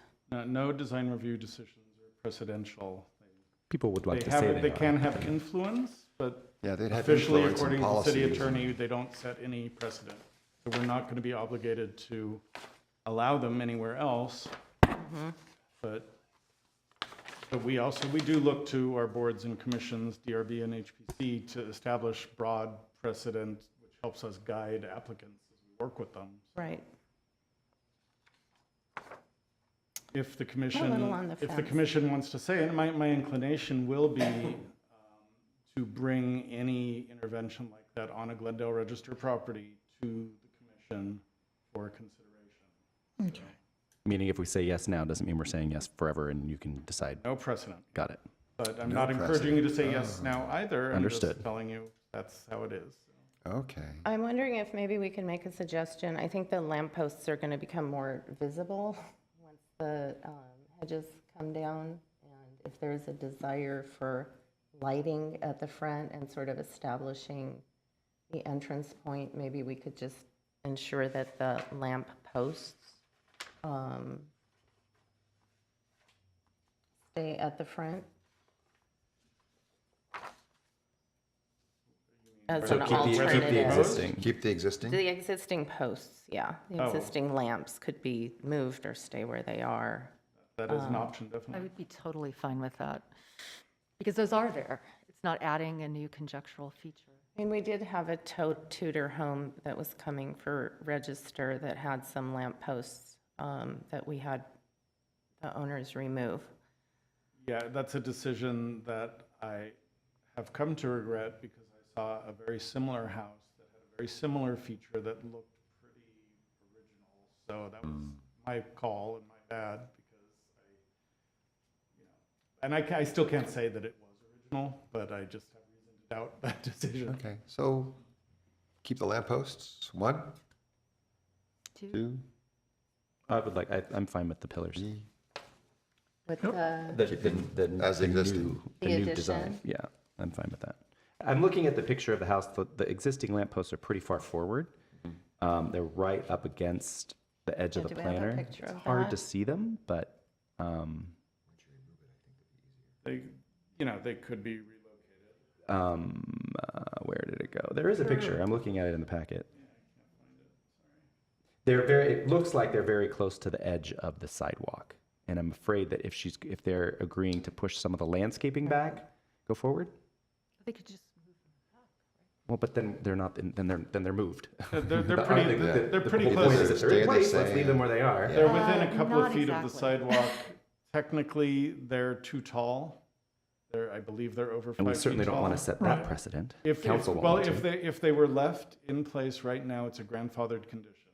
Except we're not that council has already established that they don't want grandfathering in of anything that doesn't have a specific permit for that. We faced that with a house that they denied for the Mills Act and registered because there was a wall in front that didn't have a permit. So I think council has expressed That was a that they very don't want- specific. That was Well, but very this specific. is pretty specific. Well, Yeah, council okay. doesn't amend the zoning code by words. They do it through a vote. So, according to our policy, we would consider these to be a grandfathered condition if they're left in place right now. If they pick them up and move them, we'd have to move them back And then we'd be faced with them being 12 too tall. feet from the sidewalk line, which could be fine. They could look great there. And they could put some beautiful plants around them and create a very nice landscape feature. The only issue would be, are they too tall? And if they are, when we relocate them, we just chop the post and plunk it down so that it's 5 feet. So Is it the commission's position that those are original features? Not everything needs to be original. You've already I mean, I don't- expressed that you don't like them. I don't, no, Well- no, I did like them. The I lights? thought you said you didn't like the lights. No, I don't like the addition of a conjectural, grander light feature and fixture. I like those lights. I mean, they'll be the same lights. They'll just be on a different sort of hoisting mechanism, different base. It'll be the same light, just on a different base. They will be on a large brick pedestal. I think it's a completely different look. I don't know. I think that the design is fine as they've proposed. Okay, well, let's get back to the vote on the issue. So the vote, we're currently thinking about the proposed lampposts just as an entity, yay or nay. Then we can talk about materials, and if it's a nay, we can talk about, are we okay keeping the existing or relocating? Well, can we start with keeping the existing? Well, it's not my job to do that. You guys. Oh, okay, The chair so can do whatever. let us suggest straw poll, keeping the light posts where they are as they are. Yes or no? Yes. No. I vote no. No. Go on record or not? I'm going to go back to my original position and approve the addition of the posts. The Okay, so that's pedestals. that's a no.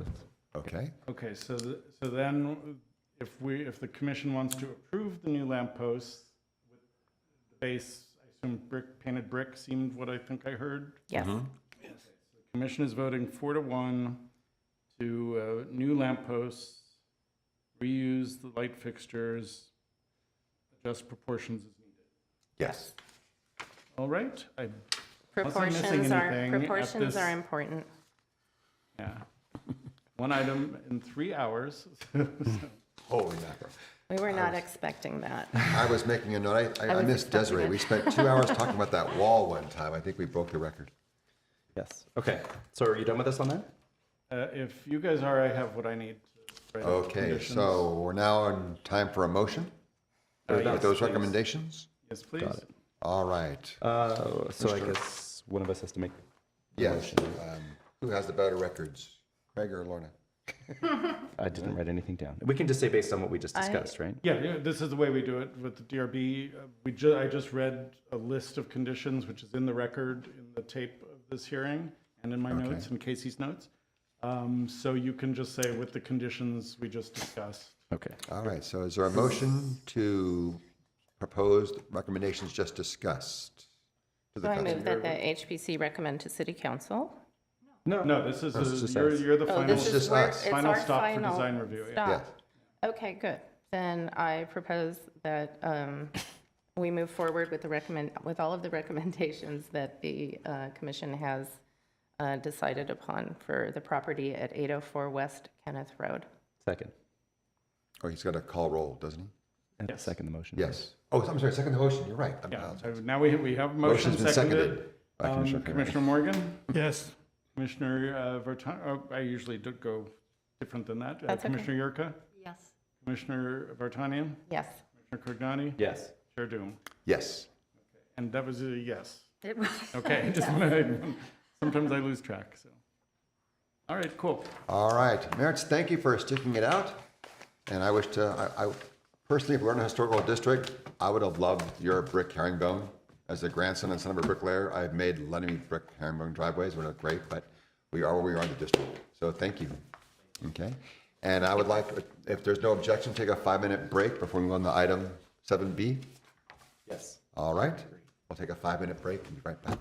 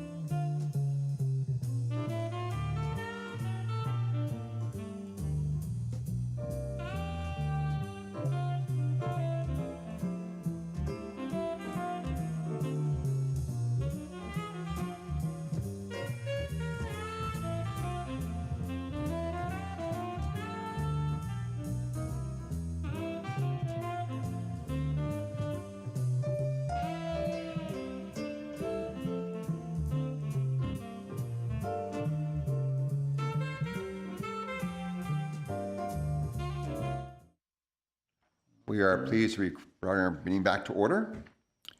And we are now on discussion item B, 849 Kavanaugh Road, a Glendale Register nomination and Mills Act application. Jay, what can you tell us about this property?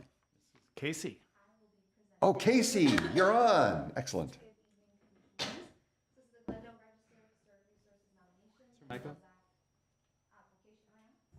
It's very Yes, swanky. The light is, oh, There I you just are. wasn't close enough. So the Glendale Register of Historic Resources nomination and Mills Act application for 849 Kavanaugh Road. I'm not driving this PowerPoint, Jay. not working? Try the left, right, or the up, down. Other people have had trouble with that. Nothing? Okay, we'll just tag team. So, Slide. get on. Hold on. Okay. 849 Kavanaugh Road is a 3,806 square foot residence located on a 20,930 square foot irregularly shaped lot. It's just north of the pending Bellhurst Historic District within the winding streets at the base of the Verdugo Mountains. Slide. The residence was designed by Paul Williams, one of the most celebrated architects of the 20th century. In 1923, Williams became the first African-American member of the American Institute of Architects and was elected into its College of Fellows in 1953. He posthumously received the group's gold medal in 2017. Williams designed in a variety of styles from period revival to mid-century modern and in various forms, including single-family residences, public housing projects, and commercial and institutional buildings in a career that spanned over 5 decades. Some examples of his renowned works include the 28th Street YMCA, the Church of Religious Science, the 1940s remodel and addition at the Beverly Hills Hotel, and the Al Jolson Shrine. A detailed biography of Williams' work and life can be found in the nomination packet as Exhibit 1 in the staff report. The building is a 3-story single-family residence built in 1928 in the Spanish Colonial Revival style. The house has an L-shaped footprint, is clad in smooth stucco, has a low-pitched hipped and gabled roof clad in 2-piece clay tiles, and has an asymmetrical primary facade. The house varies in height at different elevations. From the front, it appears to be 2 stories, yet its 3 levels are visible from the rear. 1-story projections can be seen to the south as the living room wing, and the north is the attached garage. The primary entrance is located roughly at the center of the primary facade with an elaborate wood-paneled entrance door with stained glass speakeasy window, which is accessed by a simple concrete porch. The second story above the entrance cantilevers slightly with a bold horizontal beam and corbels which are mirrored around the building under the slight eave overhang of the roof. To the south, there is a pair of tall arched wood windows set into a segmental blind arch, separated and flanked by stucco pillars. The projecting L of the building to the north has a wrought iron balcony facing east, accessed by wood multi-light French doors, and below the balcony is another deeply set blind arch with a steel multi-light casement window. This window type can be seen throughout the building in singles and pairs, and most have a deep recess with a steep canted sill on the primary facade. A stone staircase and winding path leads down the lot along the south facade and back up the rear patio, which features a stucco wall with wide flat brick coping. The building's massing along the west facade is irregular and mimics the slope of the lot below. At the center of the facade, wood French doors set within another deeply recessed arch allow access to the residence from the patio. Above this entrance, there's a small wrought iron Juliet balcony supported by corbels, and above this, at the top level, an additional enclosed balcony shows off incredible views of the city below. Another stone staircase and path leads back up the lot to the north, where there's a small open concrete patio with 2 additional entrance doors. Back 1 slide, please. Sorry. Thank you. One leading to the attached garage. The attached garage located to the north has a gabled roof and 2 segmentally arched openings with paneled wood doors that appear to be original. The front landscaping is simple in design with a decomposed granite yard and limited plantings. Winding sod paths, stairs, and retaining walls, as well as natural vegetation, can be found throughout the property. The property has seen few alterations over the years. The windows on the lower level of the non-primary facades were replaced with compatible steel windows, though they were installed flush to the facade and are not recessed. The arched windows on the primary facade were originally pocket doors that opened onto the front yard, and they were sealed at some point. This alteration only affected their function and not their appearance. Fabric awnings were added over the primary entrance and at various windows on the primary and south facades, and a utility light was added between the garage doors. Other alterations, a corrugated metal roof was added over the open patio to the north, and some alterations were made to the entry doors and windows on that facade based on stucco repair and scarring. And then a gate and wall were added at the end of the driveway enclosing the front of the property for security. It's simple in design, and this alteration makes no alteration to the house itself. Oh, sorry. That's okay.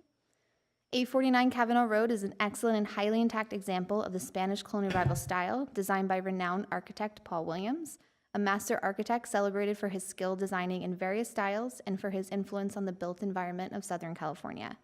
The design of the building is thoughtful in relationship to its surroundings, and its restraint in ornamentation and irregular massing allows the building to complement the site, and the sharp, clean lines of the building are contrasted with the winding rock path, stairs, and retaining walls. With that, staff finds the property eligible for listing in the Glendale Register under Criterion 3, and staff also recommends the name of the property as the Vita H. Wallace House after the original owner. The following conditions are recommended for the Mills Act. To repair the failing damaged stucco on the residence where needed, repair the cracked concrete entrance porch, remove the awning over the front door or replace with an appropriate feature that does not detract from the appearance of the entranceway, replace the utility light feature between the garage doors with a period-appropriate fixture, and remove the corrugated metal roof over the north patio and replace with stylistically appropriate roof cover or leave the patio uncovered. And that is it. I'm available for questions. Thank you, Casey. Any questions from fellow commissioners? Casey, I just have a question regarding the awning at the front door and replace it with something that might not detract. What would be another option? Do we have thoughts? Maybe something not as, it's a pretty wide awning, maybe something not as wide. The other awnings are retractable. I don't know if that's really something we want over the entrance door. The awning right now is also a red and white striped. Right. In this photo here, it's brown. One thing that the photos don't convey, and I regret when we were thinking of conditions, it's hard for me to picture what the appropriate cover would be here, because what we can't really see in this photo is that there's a very nice sculpted kind of seashell, scallopy looking detail across the head of the window. And the distance between that and the corbels above is pretty narrow. So it's hard for me to imagine what would be an appropriate cover. So I think we have to kind of rethink that issue. Now, that said, this is more functional and reversible, but it is obscuring a really nice entry feature. Right. Okay. Thank you.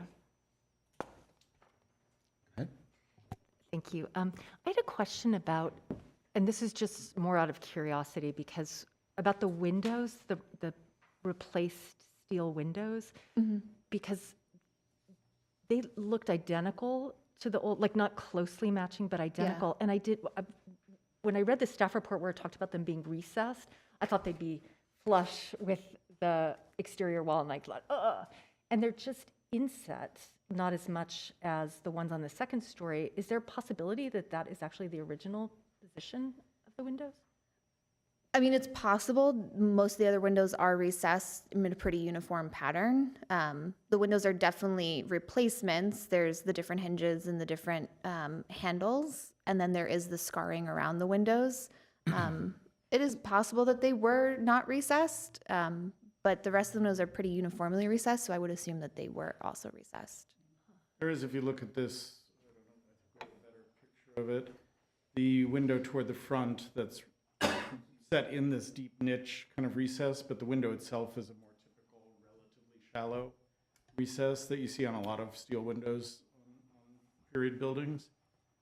So, you know, and Casey and I both think something happened at those windows, but I think whatever happened is kind of appropriate. We're not recommending conditions. No, I agree. Can you go back one slide? No. There. Yeah, we're talking about the windows that are behind that tree, right? Or to the right of that tree on the bottom level? Is that the ones we're talking Level about? with the patio, correct? Yeah, the bottom level. It's those windows there behind to the right of that tree, I think. That house is so, it's so large. Yeah. They only have like a really slight like bullnose. Oh, I guess it's, if you stucco. look in the top right corner, it's those windows that are kind of straight ahead of us, right? In the top. These two those windows here, and I think it's a similar condition back over on this side. Yeah.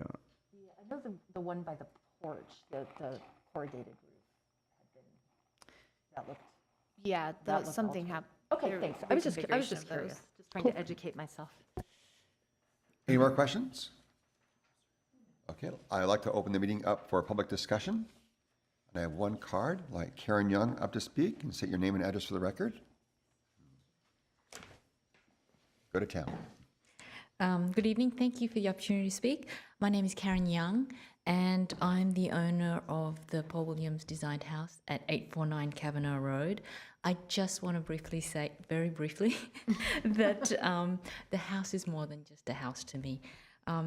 I am the mother of 2 special needs kids, and I searched for more than a decade for the right house for us.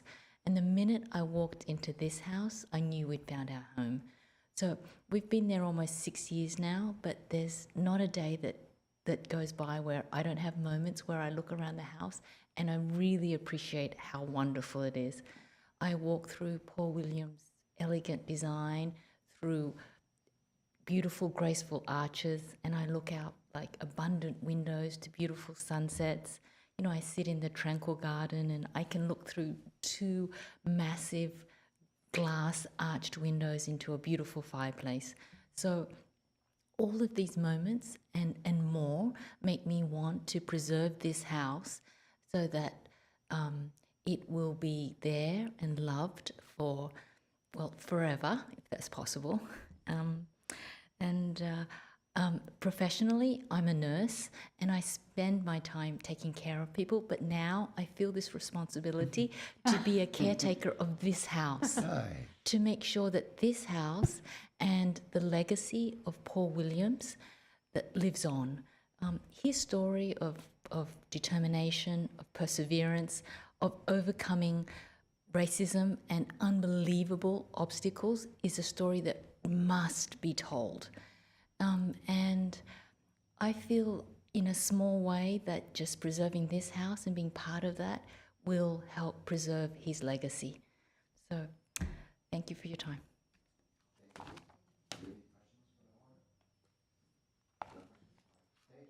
All very well said. Thank you. We don't have any callers. Is there anyone else on your team? Tim is here if you have questions. We have no callers. All right, thank you. It's now time for our commissioners to discuss this house. Anyone want to go speak up? Who visited the house and add your 10 cents? Or 25 cents, you know, inflation starts everything. Okay, Commissioner Craig-Nutty? I mean, this one seems a bit of a no-brainer. Who are we to say that the Paul Williams house should not be on the Glendale Register? We are very lucky that it has been so well preserved over the years and that it now has wonderful stewards. So I'm just going to leave it at that. I think it's a wonderful house. I think it's a great example of his ability to design, and he picked a perfect setting, and we're lucky to have it. The end. Thank you. Commissioner Bartagnan? Yeah, I almost feel like you're shortchanged because you have such a great house, and we always get excited when a master designer comes before us, so we don't have a lot to discuss except to say thank you. And, you know, we're really happy that you're so excited about the home and willing to keep it intact for the future. So, looking at the conditions, and I have the highest respect for all nurses, so I just want to say that. Yeah. Yes. So just to go over the few conditions, I agree with number 1, repair the failing damaged stucco where needed. Number 2, repair cracks in the entrance porch. Number 3, I think we might need to discuss a little bit about how we want to handle that awning, if we want to handle it. I agree that the utility light fixture could be replaced with something more period appropriate.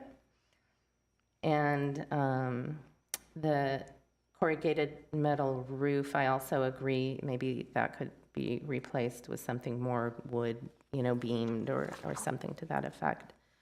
I just also did want to put out there that I understand that the landscaping is very, very minimal and drought tolerant, but I would like to suggest maybe we see some landscaping included to soften the relationship between the house and, all of this sort of dirt or granite that surrounds it.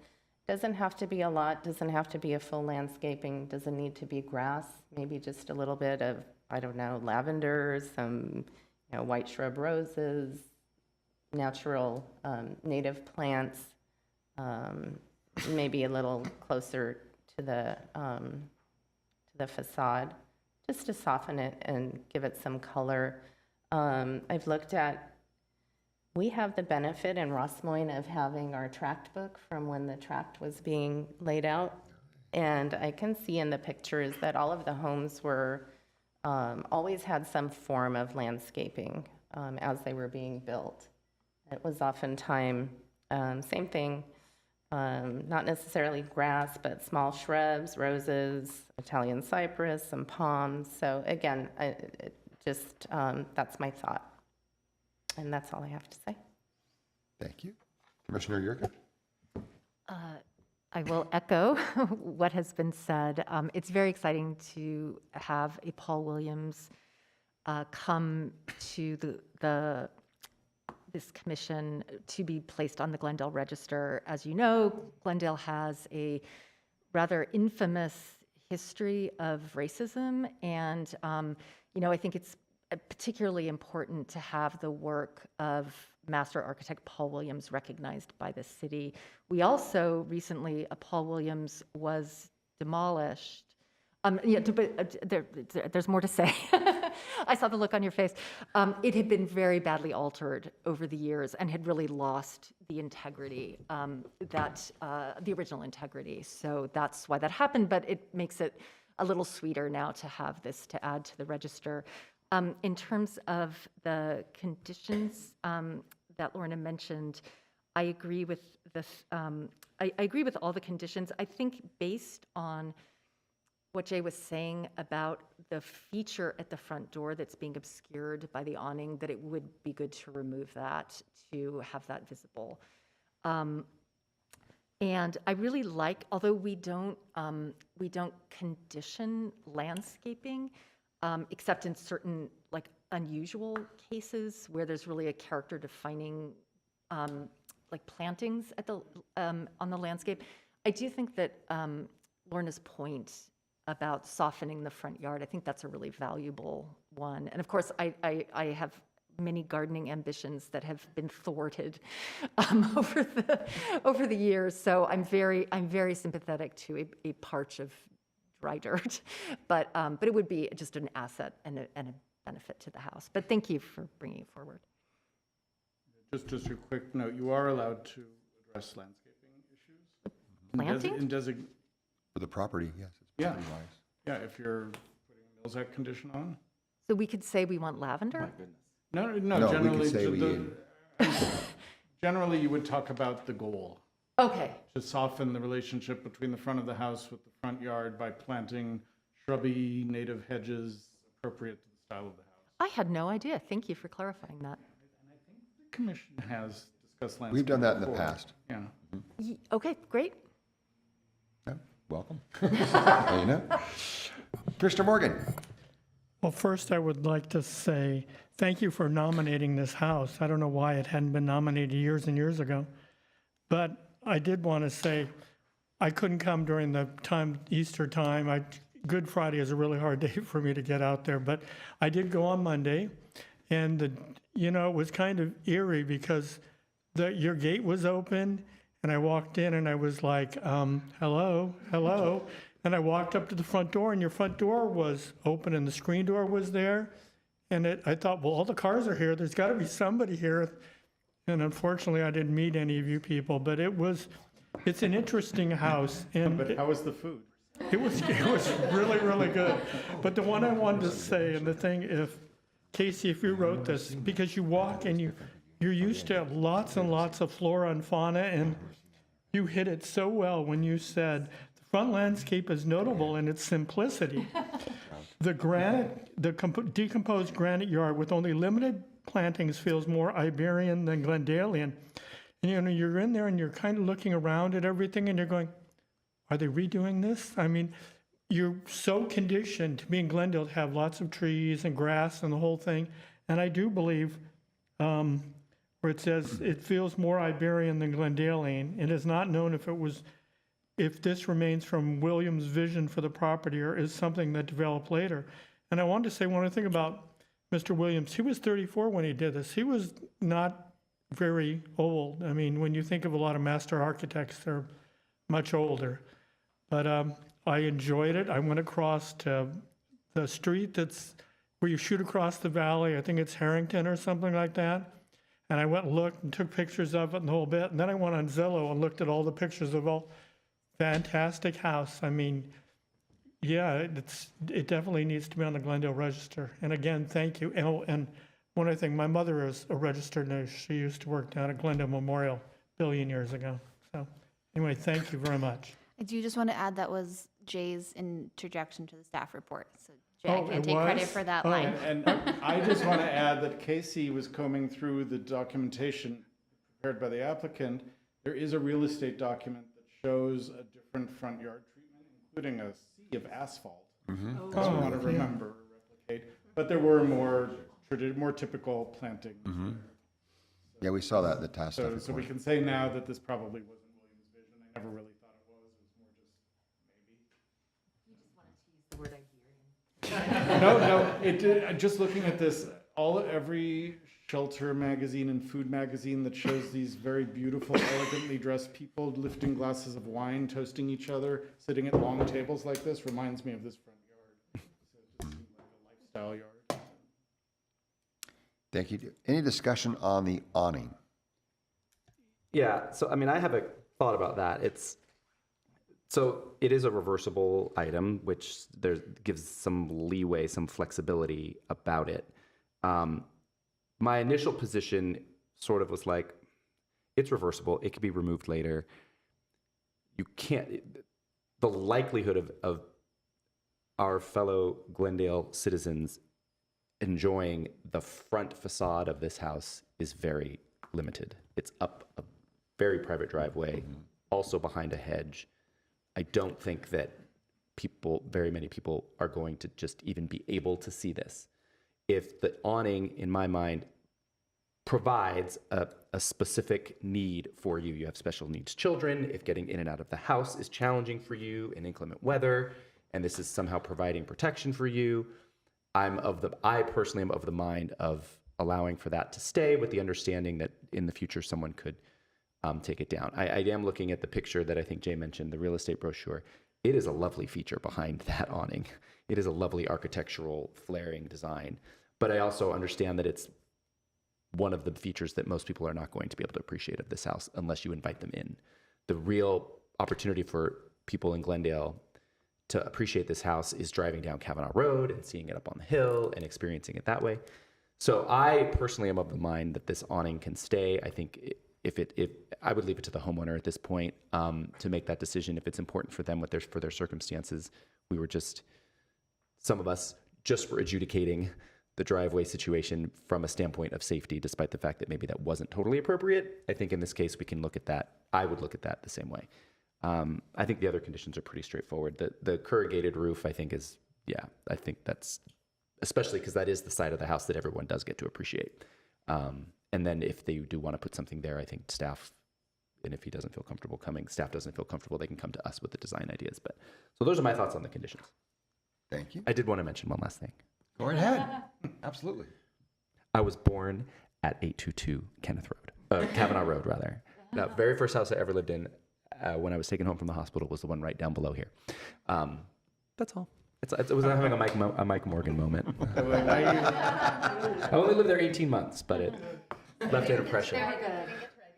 No, on Kavanaugh. Oh my God, no. I pushed the vacuum around a lot, though. According to my mother. You will be recusing yourself. Yes, of course. That's my those are all my comments, but I can't vote. Any other comments on the aesthetics or recommendations by staff?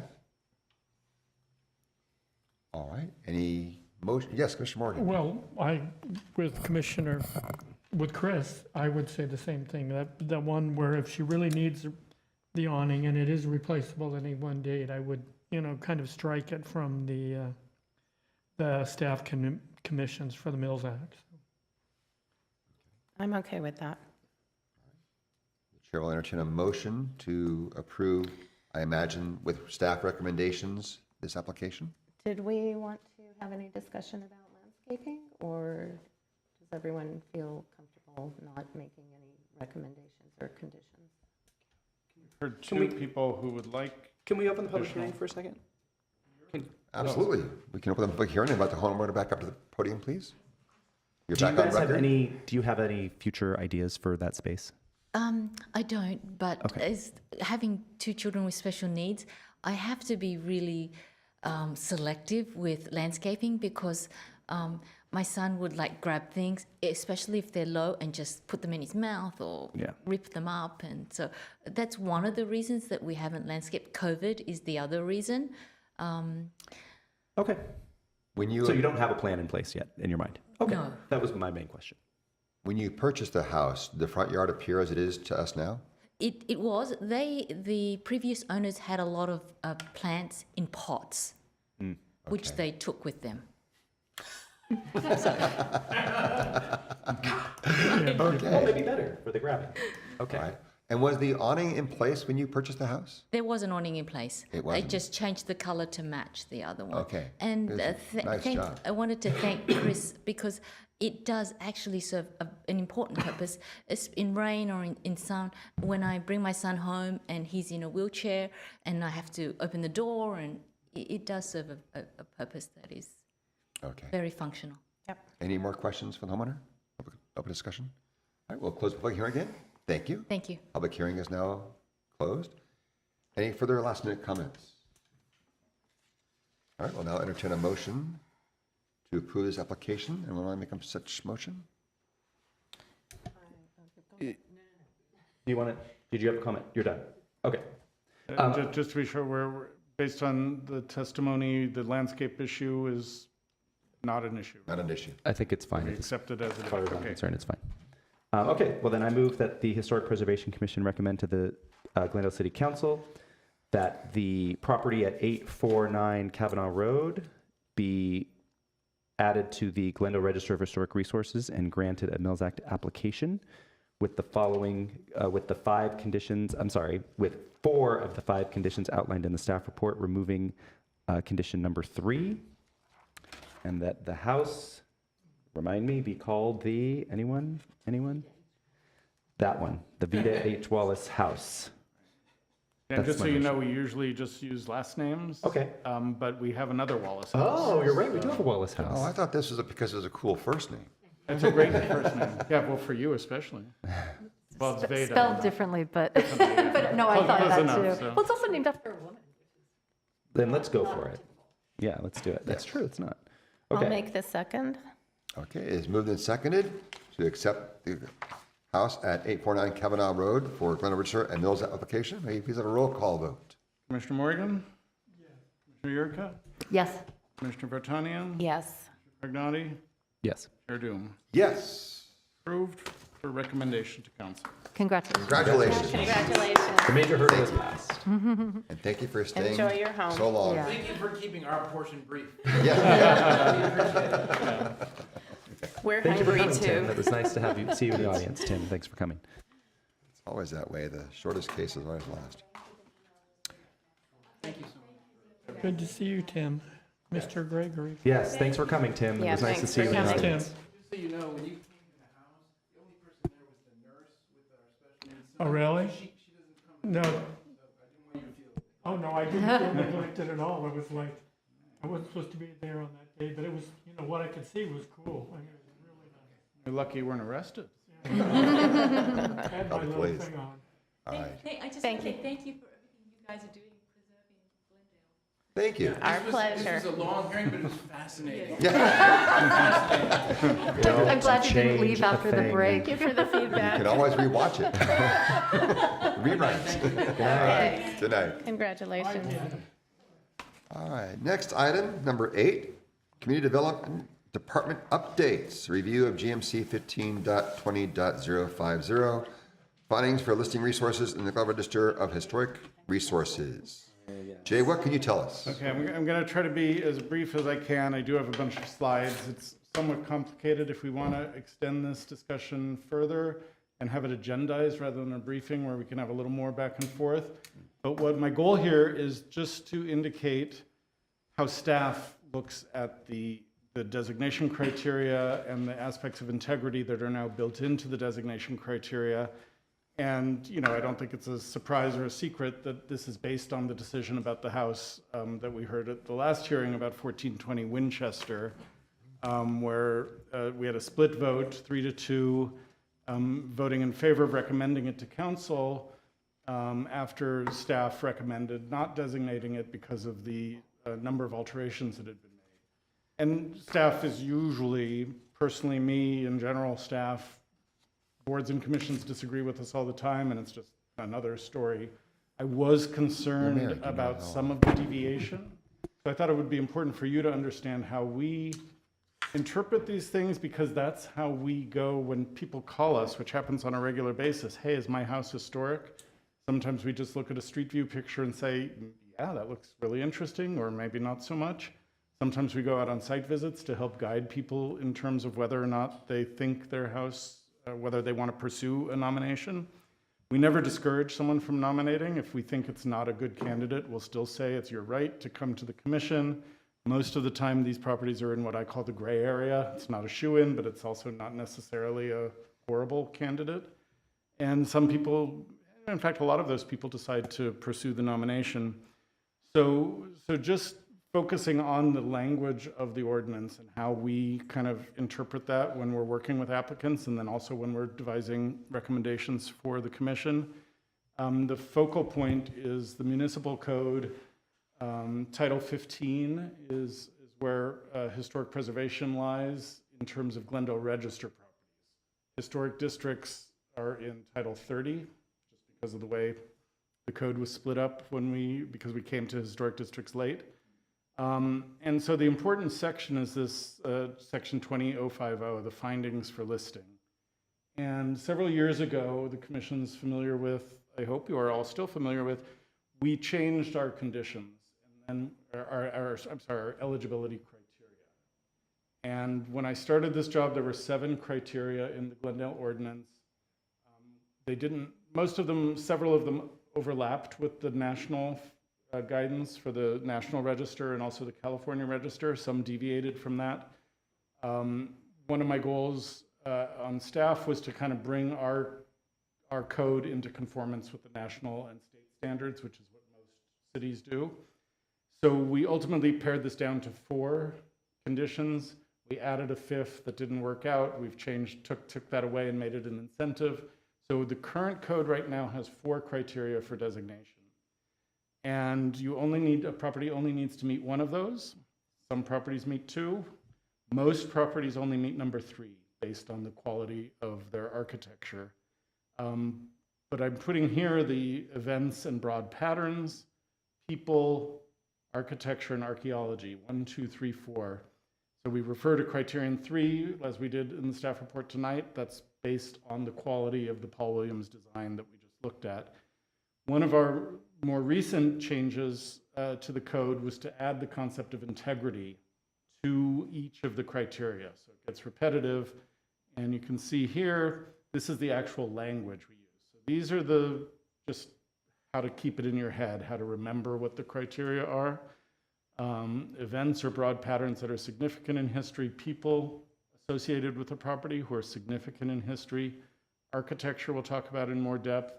Archaeology is there because it's always there. We haven't really dealt with this in Glendale to date, but it's there if we encounter a site where we need to think about that.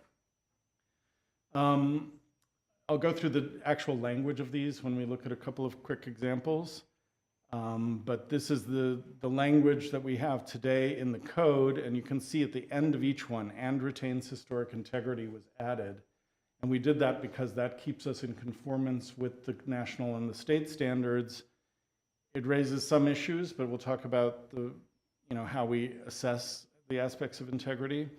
And it also helps answer the question. We had a lot of people complain, well, Glendale's code is silent on integrity. And it's like, okay, well, we're not anymore. So it wasn't necessarily the worst thing in the world, but now we're just consistent with other cities and state and federal guidance. So in terms of criterion 1, events or broad patterns, the resource is identified with important events in national, state, or city history, or exemplifies significant contributions to the broad cultural, political, economic, social, tribal, or historic heritage of the nation, state, or city, and retains historic integrity. So this is super broad, and criteria are purposefully written to be broad so that we can encompass the widest range of property types and properties specifically that could be eligible for protection through designation. And it also reflects the fact that there are things out there that we don't know about. There are things being built today that this code will apply to, so we want to make sure that these conditions are open. So we don't get a lot of nominations coming to the commission that meet this criterion in general, but things like the train station associated with without the Southern Pacific line, right, Mike? We wouldn't have Glendale. Glendale might have been somewhere else. The Oak of Peace no longer stands, but it no longer lives. But I included, as some of these examples are from older presentations, but the idea that this tree, which we don't have a lot of trees on our register, but some cities have more, was the site of a significant event in the Mexican-American War and the signing of the peace treaty between the U.S. and Mexico that led to California part of the U.S. So super important piece of history happened at the Adobe in Verdugo Woodlands. The association with people is one that we do encounter more. And the question is, oh man, when I was cutting and pasting, I screwed up. Jeepers. Let's just say that I don't have it memorized, but it's important. People who are significant in the history of the nation, state, or city, and have made significant contributions and retains integrity. So that last part is actually accurate here. Examples are some of the obvious ones where we have Leslie Brand. We have Mr. Richardson at the Richardson House, one of our oldest houses. We have things that we don't know about, but we learn about through the nomination process, like Ed Strangler Lewis's house. We never would have known that this had a significant association. And this is the kind of thing I don't think anyone in the universe would question the significance of Brand or Richardson. Ed Strangler Lewis was a world-famous wrestler when wrestling was the most important and popular sport in America in the 1910s. He also owned a business in Glendale, using his earlier fame to kind of draw tourists, and kind of created a scene at his restaurant where he was quite a character, supposedly. So it was fun to learn about this house, which clearly would be eligible as an architectural example of this Spanish Mediterranean revival, also had the association with this guy. This house is a little more subtle and a little more interesting in a way. It's a nice house up just off of Royal Boulevard on Imperial Drive.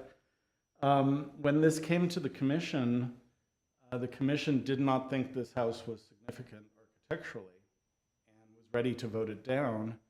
The owners were like, no, this Charles Wellman was really important. We, staff and the commission at the time, didn't feel that we had enough information about Wellman to make an assessment about whether or not he was significant. And when I look at this house, this is nice. It's a very nice house. Would today's commission think this met the criteria? Quite possibly, but the commission at that point did not. So the idea was, I think we continued the item. The owners did more research. Here's Mr. Wellman. And it turns out he was a pretty significant behind-the-scenes figure in the financial world in the 60s, 70s, I think back into the 50s also, and a major figure with Lytton Bank, and a guy who was consulted a lot and helped develop national policies on finance. So this came back to the commission, and they felt there was enough evidence to say that this met the criterion for significance with an association with a person. Thinking about what we usually look at, criterion 3, architecture, and why we're kind of discussing this tonight based on some of the thinking and discussion from our last hearing. Again, this is fairly broadly written, so there's room for us to disagree. There's room for us to kind of have a wide umbrella to capture a lot of different properties. So we have the resource embodies the distinctive and exemplary characteristics of an architectural style, an architectural type, period, or method of construction. That's one phrase. Or it represents a notable work of a master designer, builder, or architect whose genius influenced his or her profession, like we just saw. Or it possesses high artistic value, some do, and it retains its historic integrity. So this is the one that kind of gets confusing, and we had kind of a discussion last meeting about, particularly about the word exemplary, but I thought it would be useful to hear what staff thinks when I'm telling people if you're in the gray area or you're in the shoe-in area or don't even think about it, but you're still welcome to try. Let's just, there are 3 words that I highlighted: embody, distinctive, and exemplary. Those are kind of the interesting words here that could be seen and interpreted differently. What I've highlighted in the bold is these are Webster's definitions. I'm highlighting the ones that I would focus on when I'm looking at the properties, and I can't tell you how to focus or which of the many potential sub-definitions, or what do we call these? There's a word for it. Kathy? There's a word. Okay, good. Anyways, so to embody, I think, is the most obvious of the 3. It's something you can touch. The character and the principles are embodied in the physical specimen. You can touch it, you can see it, you can feel it, you have that kind of relationship with it. The word distinctive is important, and that word didn't come up last time, and I think it's important to remember that this is and here. It's not distinctive or exemplary, it's distinctive and exemplary. And when I think of the word distinctive, it's distinct from other things. It is separate, it is different, it is having something a little less common about it. And I understand the discussion from last time about where does that leave a more modest property, and we'll talk about that in a second. But the question that I often am telling people who call in, I'm like, your house is really beautiful. How does your house separate itself, become more distinct from other beautiful, for example, Spanish colonial revival houses in the same neighborhood, maybe even next door? Because we don't want the Glendale Register to be, it already is enough through owner requirements for designation, a first come, first served, but we want to have some baseline, well-established criteria and thinking about the criteria to say why this house and not another house. And so in my mind, there's something separate, something distinctive about a property. And then the word that we did focus on last time is exemplary. And I think of the word as exemplary as something to aspire toward, deserving imitation, something that could serve as a pattern for other things. And I believe one of the points that we discussed was there is this what are these things called? It's killing me. There's a name for these, whatever, serving as an example, an instance, or an illustration. And I believe, Commissioner Yurka, when you were thinking of using this component of the definition, it was specifically to kind of help think about whether a more modest property, we can look at a more commonplace example rather than necessarily a high-end example. And in our review at staff level with property owners, we tell them, like, you don't have to be the mansion on the hill. You don't have to be the great white man's house. You don't have to be this over-the-top thing that's so completely unique that, obviously El Miradero is worthy of designation, but you also have to have that something extra. That's something that pushes you over the top. Now, that something extra for a more modest property is often the association with a person. But I think we have a really nice example of the house that you saw a couple of months ago by S. Charles Lee, the Spanish house with little porthole windows, which if we didn't know that that was S. Charles Lee, I still think the commission probably almost certainly would have voted to designate that house because it had a lot going on. It had a lot of interesting aspects of the Spanish colonial revival. And in my, everything I've learned over the years and my personal view is that a registry of historic places doesn't have to be Noah's Ark. It's not like we have to have one or two of everything.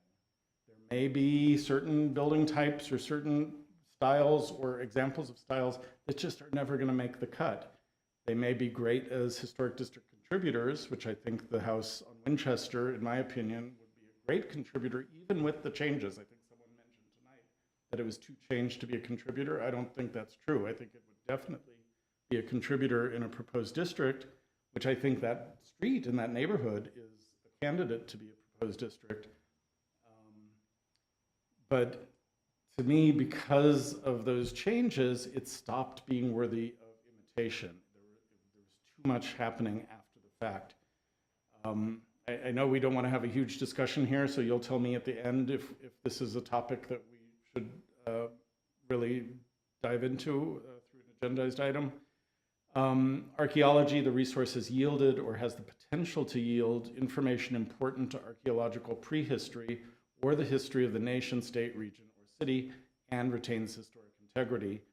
I show a picture of the Verdugo adobe, just thinking like on this site, on the grounds of the adobe, maybe there is some interesting stuff going on underground that we just don't know about at this point. So this could be a site that becomes important for its archaeology. It's already designated, but as an example, we're looking at this. So hopefully that gives you an idea of where staff is coming from, because this idea of exemplary and how do we deal with modest examples, I agree. It's like you kind of do want to have a way to bring houses up. And we did actually, when we had the 5th criterion and we have now an incentive for the early properties of Glendale, there are some craftsman houses identified as nice, but they don't make the cut for the level 5 status code. That means Glendale Register eligible.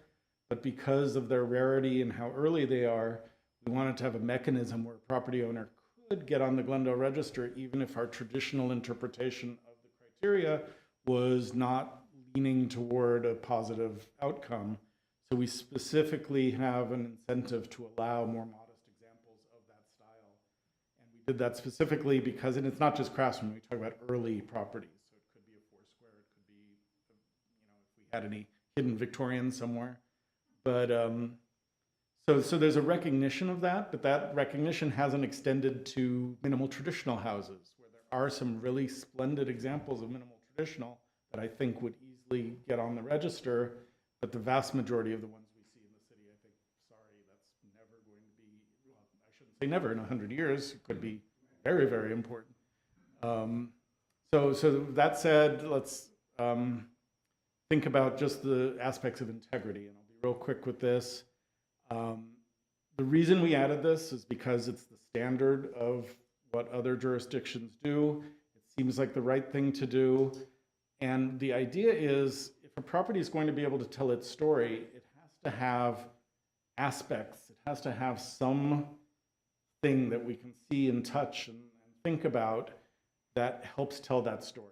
So historic integrity is officially defined as the ability for a property to convey its significance. And this is coming from the National Park Service, which gives us lots of top-down guidance for preservation philosophy and laws. The Park Service identifies 7 things, 7 aspects of integrity, they call it. Location, design, setting, materials, workmanship, feeling, association. I now have these memorized. I didn't used to. You guys can do it too if you want. You don't have to do them in this order. I have a little mnemonic that I can't share with you, but it works for me.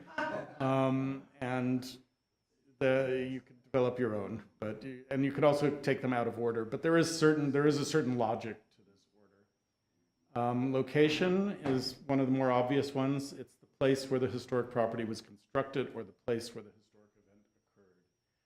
The building hasn't been moved. Now, if the building is moved 20 feet on the site, is it in the same location?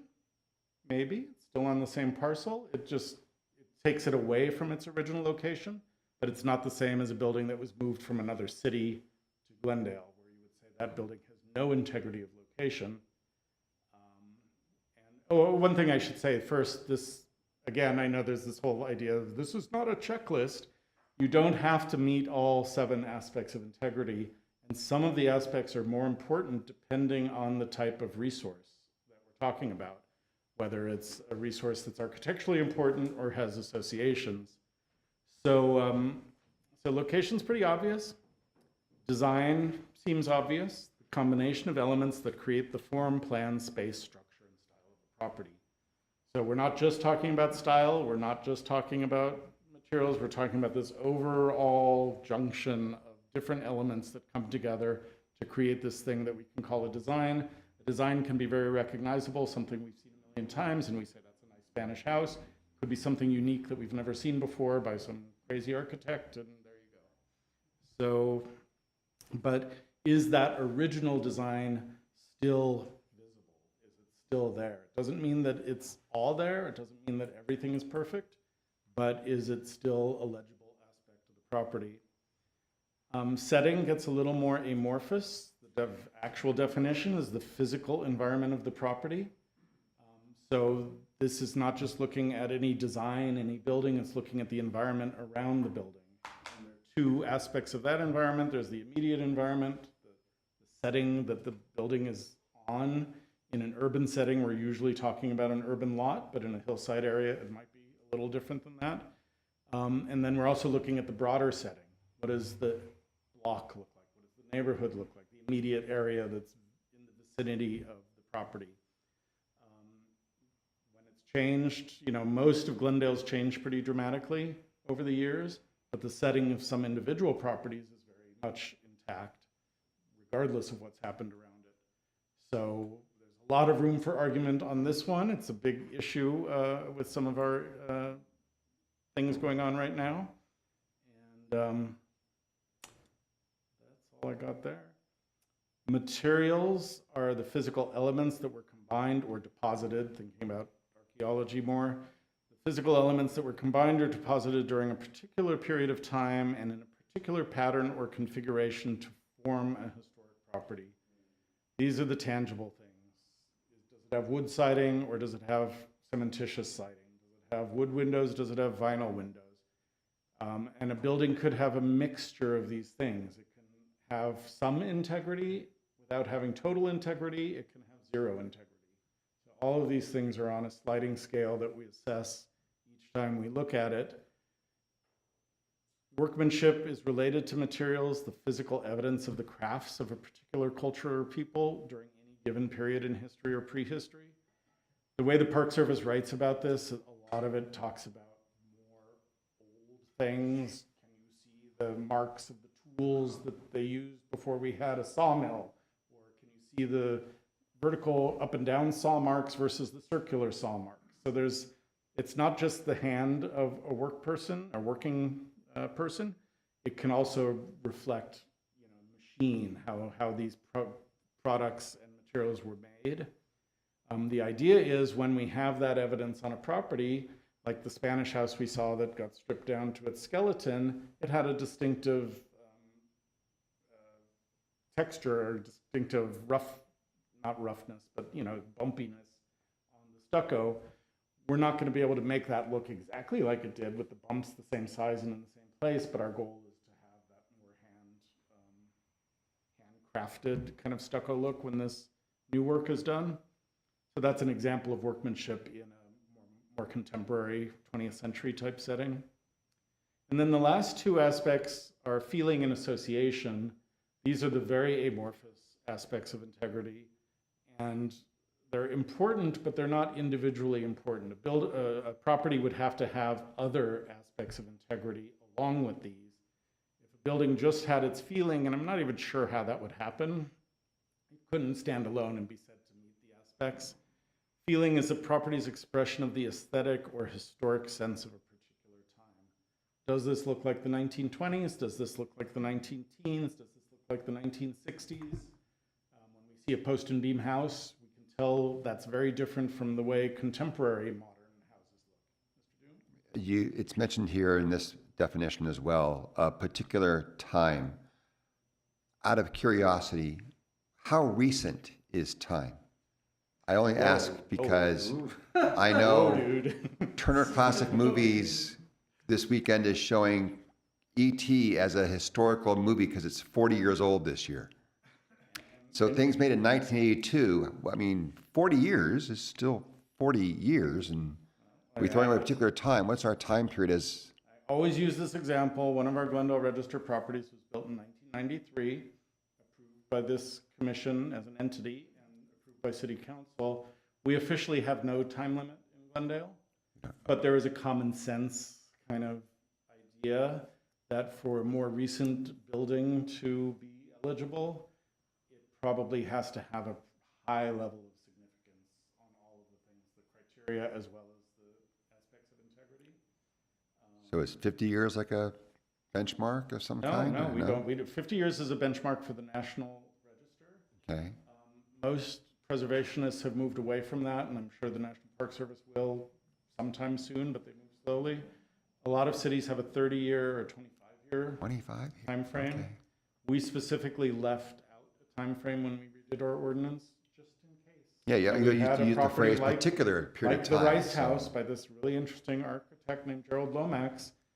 Anyone looking at it would go, that's one of the most unique and special and interesting properties in Glendale. And the owners came to us and said, can we designate it? And I was not sure that City Council, I thought the commission would get it, but I wasn't sure council would get it. And that went through. So yeah, but in terms of this doesn't relate to that kind of cutoff date. Okay. This is just, does the property look like its time period? Does it feel of its Feel time? like it's time. And the more a property's changed, the more it loses materials, the more it loses its original design. It may lose some of these. But for example, a house could be moved and you'd plop it up in another city, but you'd still say, well, it does feel like 1955. So these things kind of are free floating in a way in how we interpret them.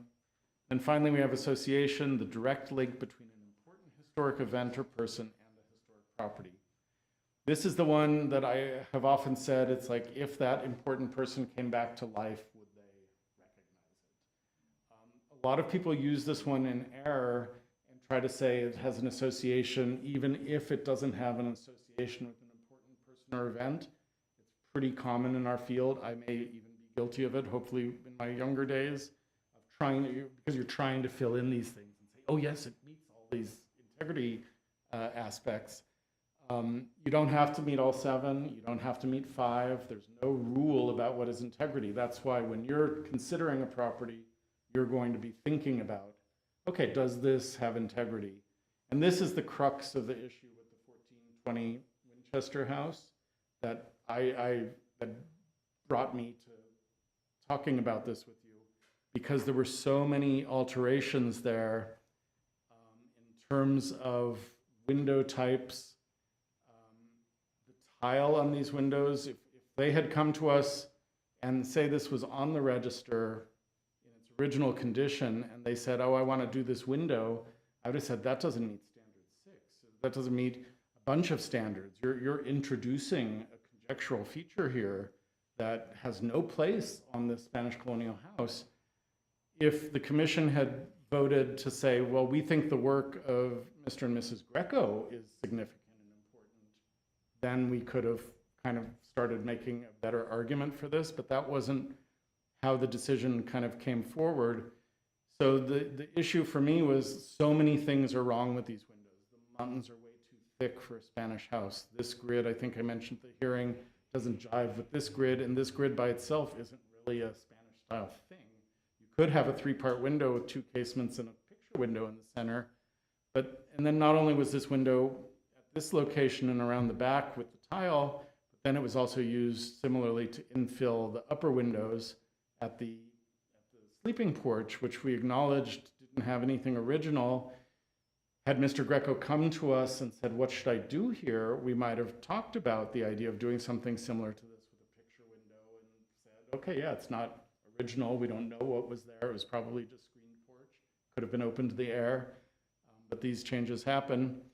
So these were some of the big things that were problematic. This little thing, not a big deal, but obviously it wasn't original.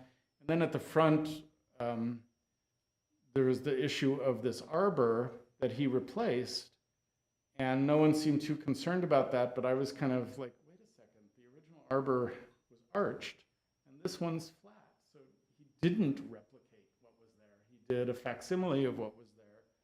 And these tile plinths at the front were so out of character for a Spanish colonial that I was surprised. And one of the reasons, I think that's it. So some of these features at the back, like this funky little fountain on this trellis, little things like that, we wouldn't make a big deal about. It's part of what little changes happen. The commission may or may not be interested in having them changed. But some of these other things are pretty big, in-your-face philosophical issues.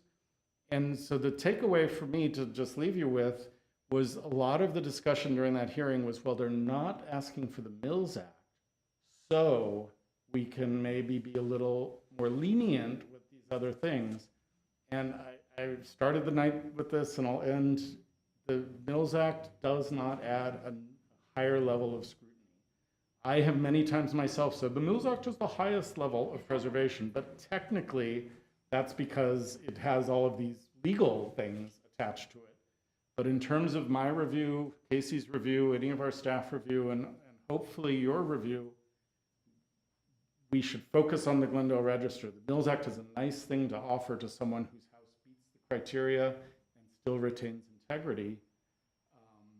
And I think that was kind of the crux of a lot of the thinking at that hearing. So, I'm not, like I said, you guys make decisions different than staff opinion a lot, and it's fine, but this one seemed to raise a bunch of questions. So when we go to council with this, I'm still going to be saying this is staff recommendation, this is HPC recommendation, and present it fairly, or Casey will be doing that, I'm sorry. And it's like I'm slumping in my seat, I don't see. Casey will be making these arguments, but I just wanted to share that with you, and if you have any questions, I think we could have a quick talk. I don't think anyone wants to continue too much longer. Commissioner Yerka? Yeah, I actually did want to say a few things. Thank you very much. This was a really good presentation. I really appreciated it, and it would be great, I think, to just continue this, given the changes to the historic preservation ordinance. I mean, this was one of the more trivial changes, as a matter of fact. I mean, the ordinance kind of exploded, and a lot of things are taken into account that weren't taken into account before. I don't know that this would have changed my vote, but the staff report for 1420 Winchester actually misstates criterion 3. It leaves out the integrity part. And and of course we had a conversation about integrity, so it's not like that was not a part of our conversation. But I do think, to whatever extent you can delete the old standards from your computer and the old criteria, I think it would be useful just to be sure we have the accurate thing, because the standards, a lot of the things we're looking for are different, but it's will, not shall, and that is a really significant difference. I see those words as almost synonyms. Yeah, I don't see it. Okay, but that is not what we have been told by shall is not binding. It's should and shall. And what does it say in the design guidelines? Shall is binding. The reason the design guidelines, it was before my time when we did the historic guidelines for the districts. Yeah. The big question is, should this be should or shall? Yeah. And the decision was made to make it shoulds because they're guidelines. They're not carved in stone. But the way I interpret shall is the same as I interpret will. That's Will great. do this, you shall. Will just is a little more modern sounding. It's not as ye old You shall sounding. not. is Well, the as a 10th matter- commandment, I would isn't it? agree, if I could interject, that I've always looked at shall also as really binding. I have too, except legally, there's a difference between will and shall. Not that that is our concern, but I mean, it is interesting. Maybe they just did it to modernize it. But I know that council has on occasion, because of the lawyers, I think, and because of their legal thinking, shall does not have the same force as will. I totally agree with how you interpret it. Maybe I haven't listened to recent discussions about it, but honestly, even council discussions, it's always been about shall, right, as being the binding word. So maybe that's changed recently. We could go back to shalt. And thou. Moses. Okay, but at any rate, I think it would have been, I think, useful to have the criteria as it's. No, Yeah. and our apologies for that. And sometimes we pull things from previous reports and mistakes sometimes unfortunately cycle forward. We can't go back and change all of the old reports. That would be wrong. No. But we do need to be more aware. My fault with not having the current. I have tons of presentations with the current standards. Yeah. But this one I was pulling and just said, oh, this is easier. And so No, I totally get it. The other thing I wanted to say was, I agree that when we're talking about a property for designation on the Glendale Register, that the Mills Act does not come into play. But I think earlier you were suggesting that the Mills Act should not play any role in our decision about the property on Kenneth. And I actually disagree with that. I think that there's a property, the taxpayers kind of subsidize the preservation of the property. And given that we're making discretionary decisions, I don't think it's inappropriate to take the fact that a property is on the Mills Act into account. I think that's a commissioner's prerogative. Okay. My recommendation is to try to separate them, because I would hope that the thinking is the same. Yeah, I guess my question you is know. your thinking would have been different? Uh, Your overall opinion of or your findings would have been different if there was not a Mills Act involved? No, they wouldn't have. However, I don't think the fact that they have signed a contract, for a financial benefit for a high level of preservation and maintenance of the historic features of the historic character of the property, I just don't think that's irrelevant to a discussion about when property owners come forward wanting changes. The fact that they get a financial benefit as part of their historic preservation deal. Yeah, I mean, I wouldn't think that just simply being a registered property would grant someone less responsibility. I guess we're looking at it two different ways. You think that the Mills Act sort of requires a higher level of participation or a higher level of integrity or whatever. I look at it as, I don't think a Glendale Register property deserves any less respect of the process than a Mills Act. Let me house, put it I this guess. way. I don't think in any case should we approve work that does not meet the standards. Mills Act or no Mills The Act. standards are very subjective. That's what's so challenging about this job. The standards are very subjective. So much of this is very subjective. And that's just the nature of this. I mean, your position on this Winchester house and your position on the things we were discussing on Kenneth Road are a perfect example of that. I mean, I'm shocked. I was shocked that you were so for this Winchester house. And based on the comments you were making this evening about the importance of integrity with regard to what we were trying to do or help the homeowners with on Kenneth Road, in my mind, that was not, the same person was not at the two meetings, as far as I could tell. Because this is very different. What about the Mills Act could account for that difference?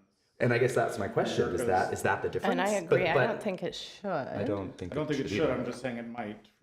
Yeah, for you is that the personally. difference? For me personally, in terms of the property at, Well, yeah, why was In this one terms with of the all of these levels. changes? Because I wasn't appropriate? approving Well, changes. if I could interject as chair and just say, I mean, we're not here to rehash that old debate. Yes, I think no, we are, that's- actually. And With all due I respect. know Sort of, yeah. if we wish to agendize our standards repositioning after our excellent briefing, we can do that in the future.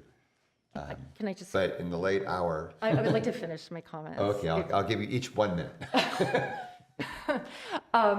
I'm sort of glad that you brought up the case of Winchester because I was reluctant, but I thought it would be helpful. no, I and think now it's yeah, I think it's good, and I will point out, Chris, that you were on the fence and you spoke, sort of sympathetically, and then you voted no, and that is totally fine. I was worried that tonight during the conversation about Kenneth, that Winchester came up as like this was approved last month. And therefore, any kind of imposition of integrities or the standards is inappropriate tonight or hypocritical.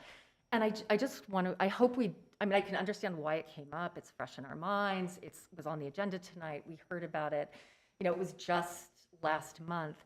But I just want to say that what we were doing tonight was approving a project according to certain in light of the code and according to the Secretary of the Interior standards. And I would just be really hesitant for any decisions that we make to be based on a discussion that we had about putting a property on the register or not. I think we just have to deal with what is before us and what the criterion we're applying and the standards that we're applying. But I would And guidelines. No, but I would respond by saying that that's true. We have to look at the standards and levels of integrity the same way, from the same perspective, right? So for example, if we're going to look at 1420 Winchester, I mean, the comment was made that a Mills Act contract would require so many conditions that it would be discouraging to an owner or a future owner. So I think that was an admission of a low level of integrity, or not the level of integrity that we would expect. So I just want to make sure, or I think it would be nice for us to, make sure we're all on the same page about what integrity means. And again, it is very subjective. Chris, you're right, it's very subjective. But I think, those windows specifically, aside from all the little, all of the changes together, were particularly inappropriate. Yeah, I just wanted to make my case is that, and to suggest a lack of hypocrisy, is I would not have approved those windows. But see, you approved them in retrospect. You approved them in reverse by granting it. I don't think that argument holds muster. I appreciate everyone's point of view. I think we are great for a very diverse commission. Okay, let me just throw one, yes, Jay, one more quick basic, thing in okay, there. throw one more wrench into it. Just to sum this up, if a property came forward, despite us at staff level saying, we don't think you're a good candidate, because it had so many changes, it is within the commission's purview to say, here's your laundry list of changes, and you'll become historic again, but would you, because of the integrity challenges of doing that? And that's where there is this subjectivity in this balancing act. And what is an acceptable amount of change? We usually use the Mills Act conditions to enhance the integrity of a property. That's the goal. But there's a certain point where it's maybe too much. In fact, there was one house that had, I can't remember, 24 windows that needed to be replaced. And the commission said, let's replace those 24 windows. It gets to council, and council's like, what's going on? This doesn't make sense to us. So I think leaving it at that, we're not going to have an answer. We're not going to retry the case from last month. But acknowledging this is a healthy discussion that can be had during the hearings when we're looking at things. And if we try to keep those focused on the criteria and on the aspects of integrity, hopefully this gives you a refresher on that. And the standards for evaluating properties, because they're subjective, but I would like to know my fellow commissioners' subjective opinions about the standards rather than I'm okay with this. or I don't have a No, problem. I think the more we can couch, the more commissioners can couch their opinions in the language of whether we're talking about standards or criteria or aspects of integrity, that's very helpful. And the more we can get away, and many of you are guilty of this, they were so nice. Oh my God. Please, acknowledge how grateful we are that people bring their properties to us, but it almost starts sounding like some decision making is like, oh, we don't want to hurt their feelings or something. And please don't go I there. remember the KIEV house, and we hurt that guy's If feelings. it's in the back of your head, we can't make it go away, but please don't put it out. So. Yeah, I guess I would want to say too that we're always so grateful that owners want to bring their property forward for designation and preservation, but I don't think, I don't think the register is not a repository for every good person who wants to protect their home. Or the pretty house Right. list. Yeah. I mean, it's, The bragging I rights. think that's a big consideration that we have to make. And that there are other ways to protect homes, and we probably have to work a little harder at getting historic districts in place to protect some of these homes that the owners really want to protect, but they might not be worthy of register status. So I think we have a little bit of a conflict there too that we probably need to work through. Thank you, Jay. Thank you, Jay. I appreciate the briefing. And it's going to be always a very diverse group, and I always call balls and strikes, and there's always a human element, and that's gives every homeowner a chance. Without any future comments, Commissioner Morgan? I've already whipped Any myself closing because comments? of that vote. Okay, I think our next meeting is May 19th, Jay? Can we just get an update on Bellhurst, the survey? Yeah, the contract is still in review. Oh, gosh. I've heard it's almost done. So we have a tentative, we've already passed the 2 days in April that the consultants were available. So we should have a kickoff in early May. So May 19th? We don't have anything ready for May, nothing in the pipeline for May 19th. We definitely have a design review case for June 16th. So that meeting is definitely on. May 19th might get canceled unless something Comes up. I will be cognizant, especially for design review cases, as we learned tonight, as well as when we had our giant hearing, that this is approaching, but not quite. With design review cases, we're not going to attach a lot of other stuff to those meetings. I think it's fair. That would be good. We do want, robust meetings, and going 2, 3, 4 hours is fine and expected, but I also recognize that there's a kind of Yeah, or at least put the Kavanaugh people at the beginning of the meeting. The quick ones first. Okay, so it's 9:03, Wow.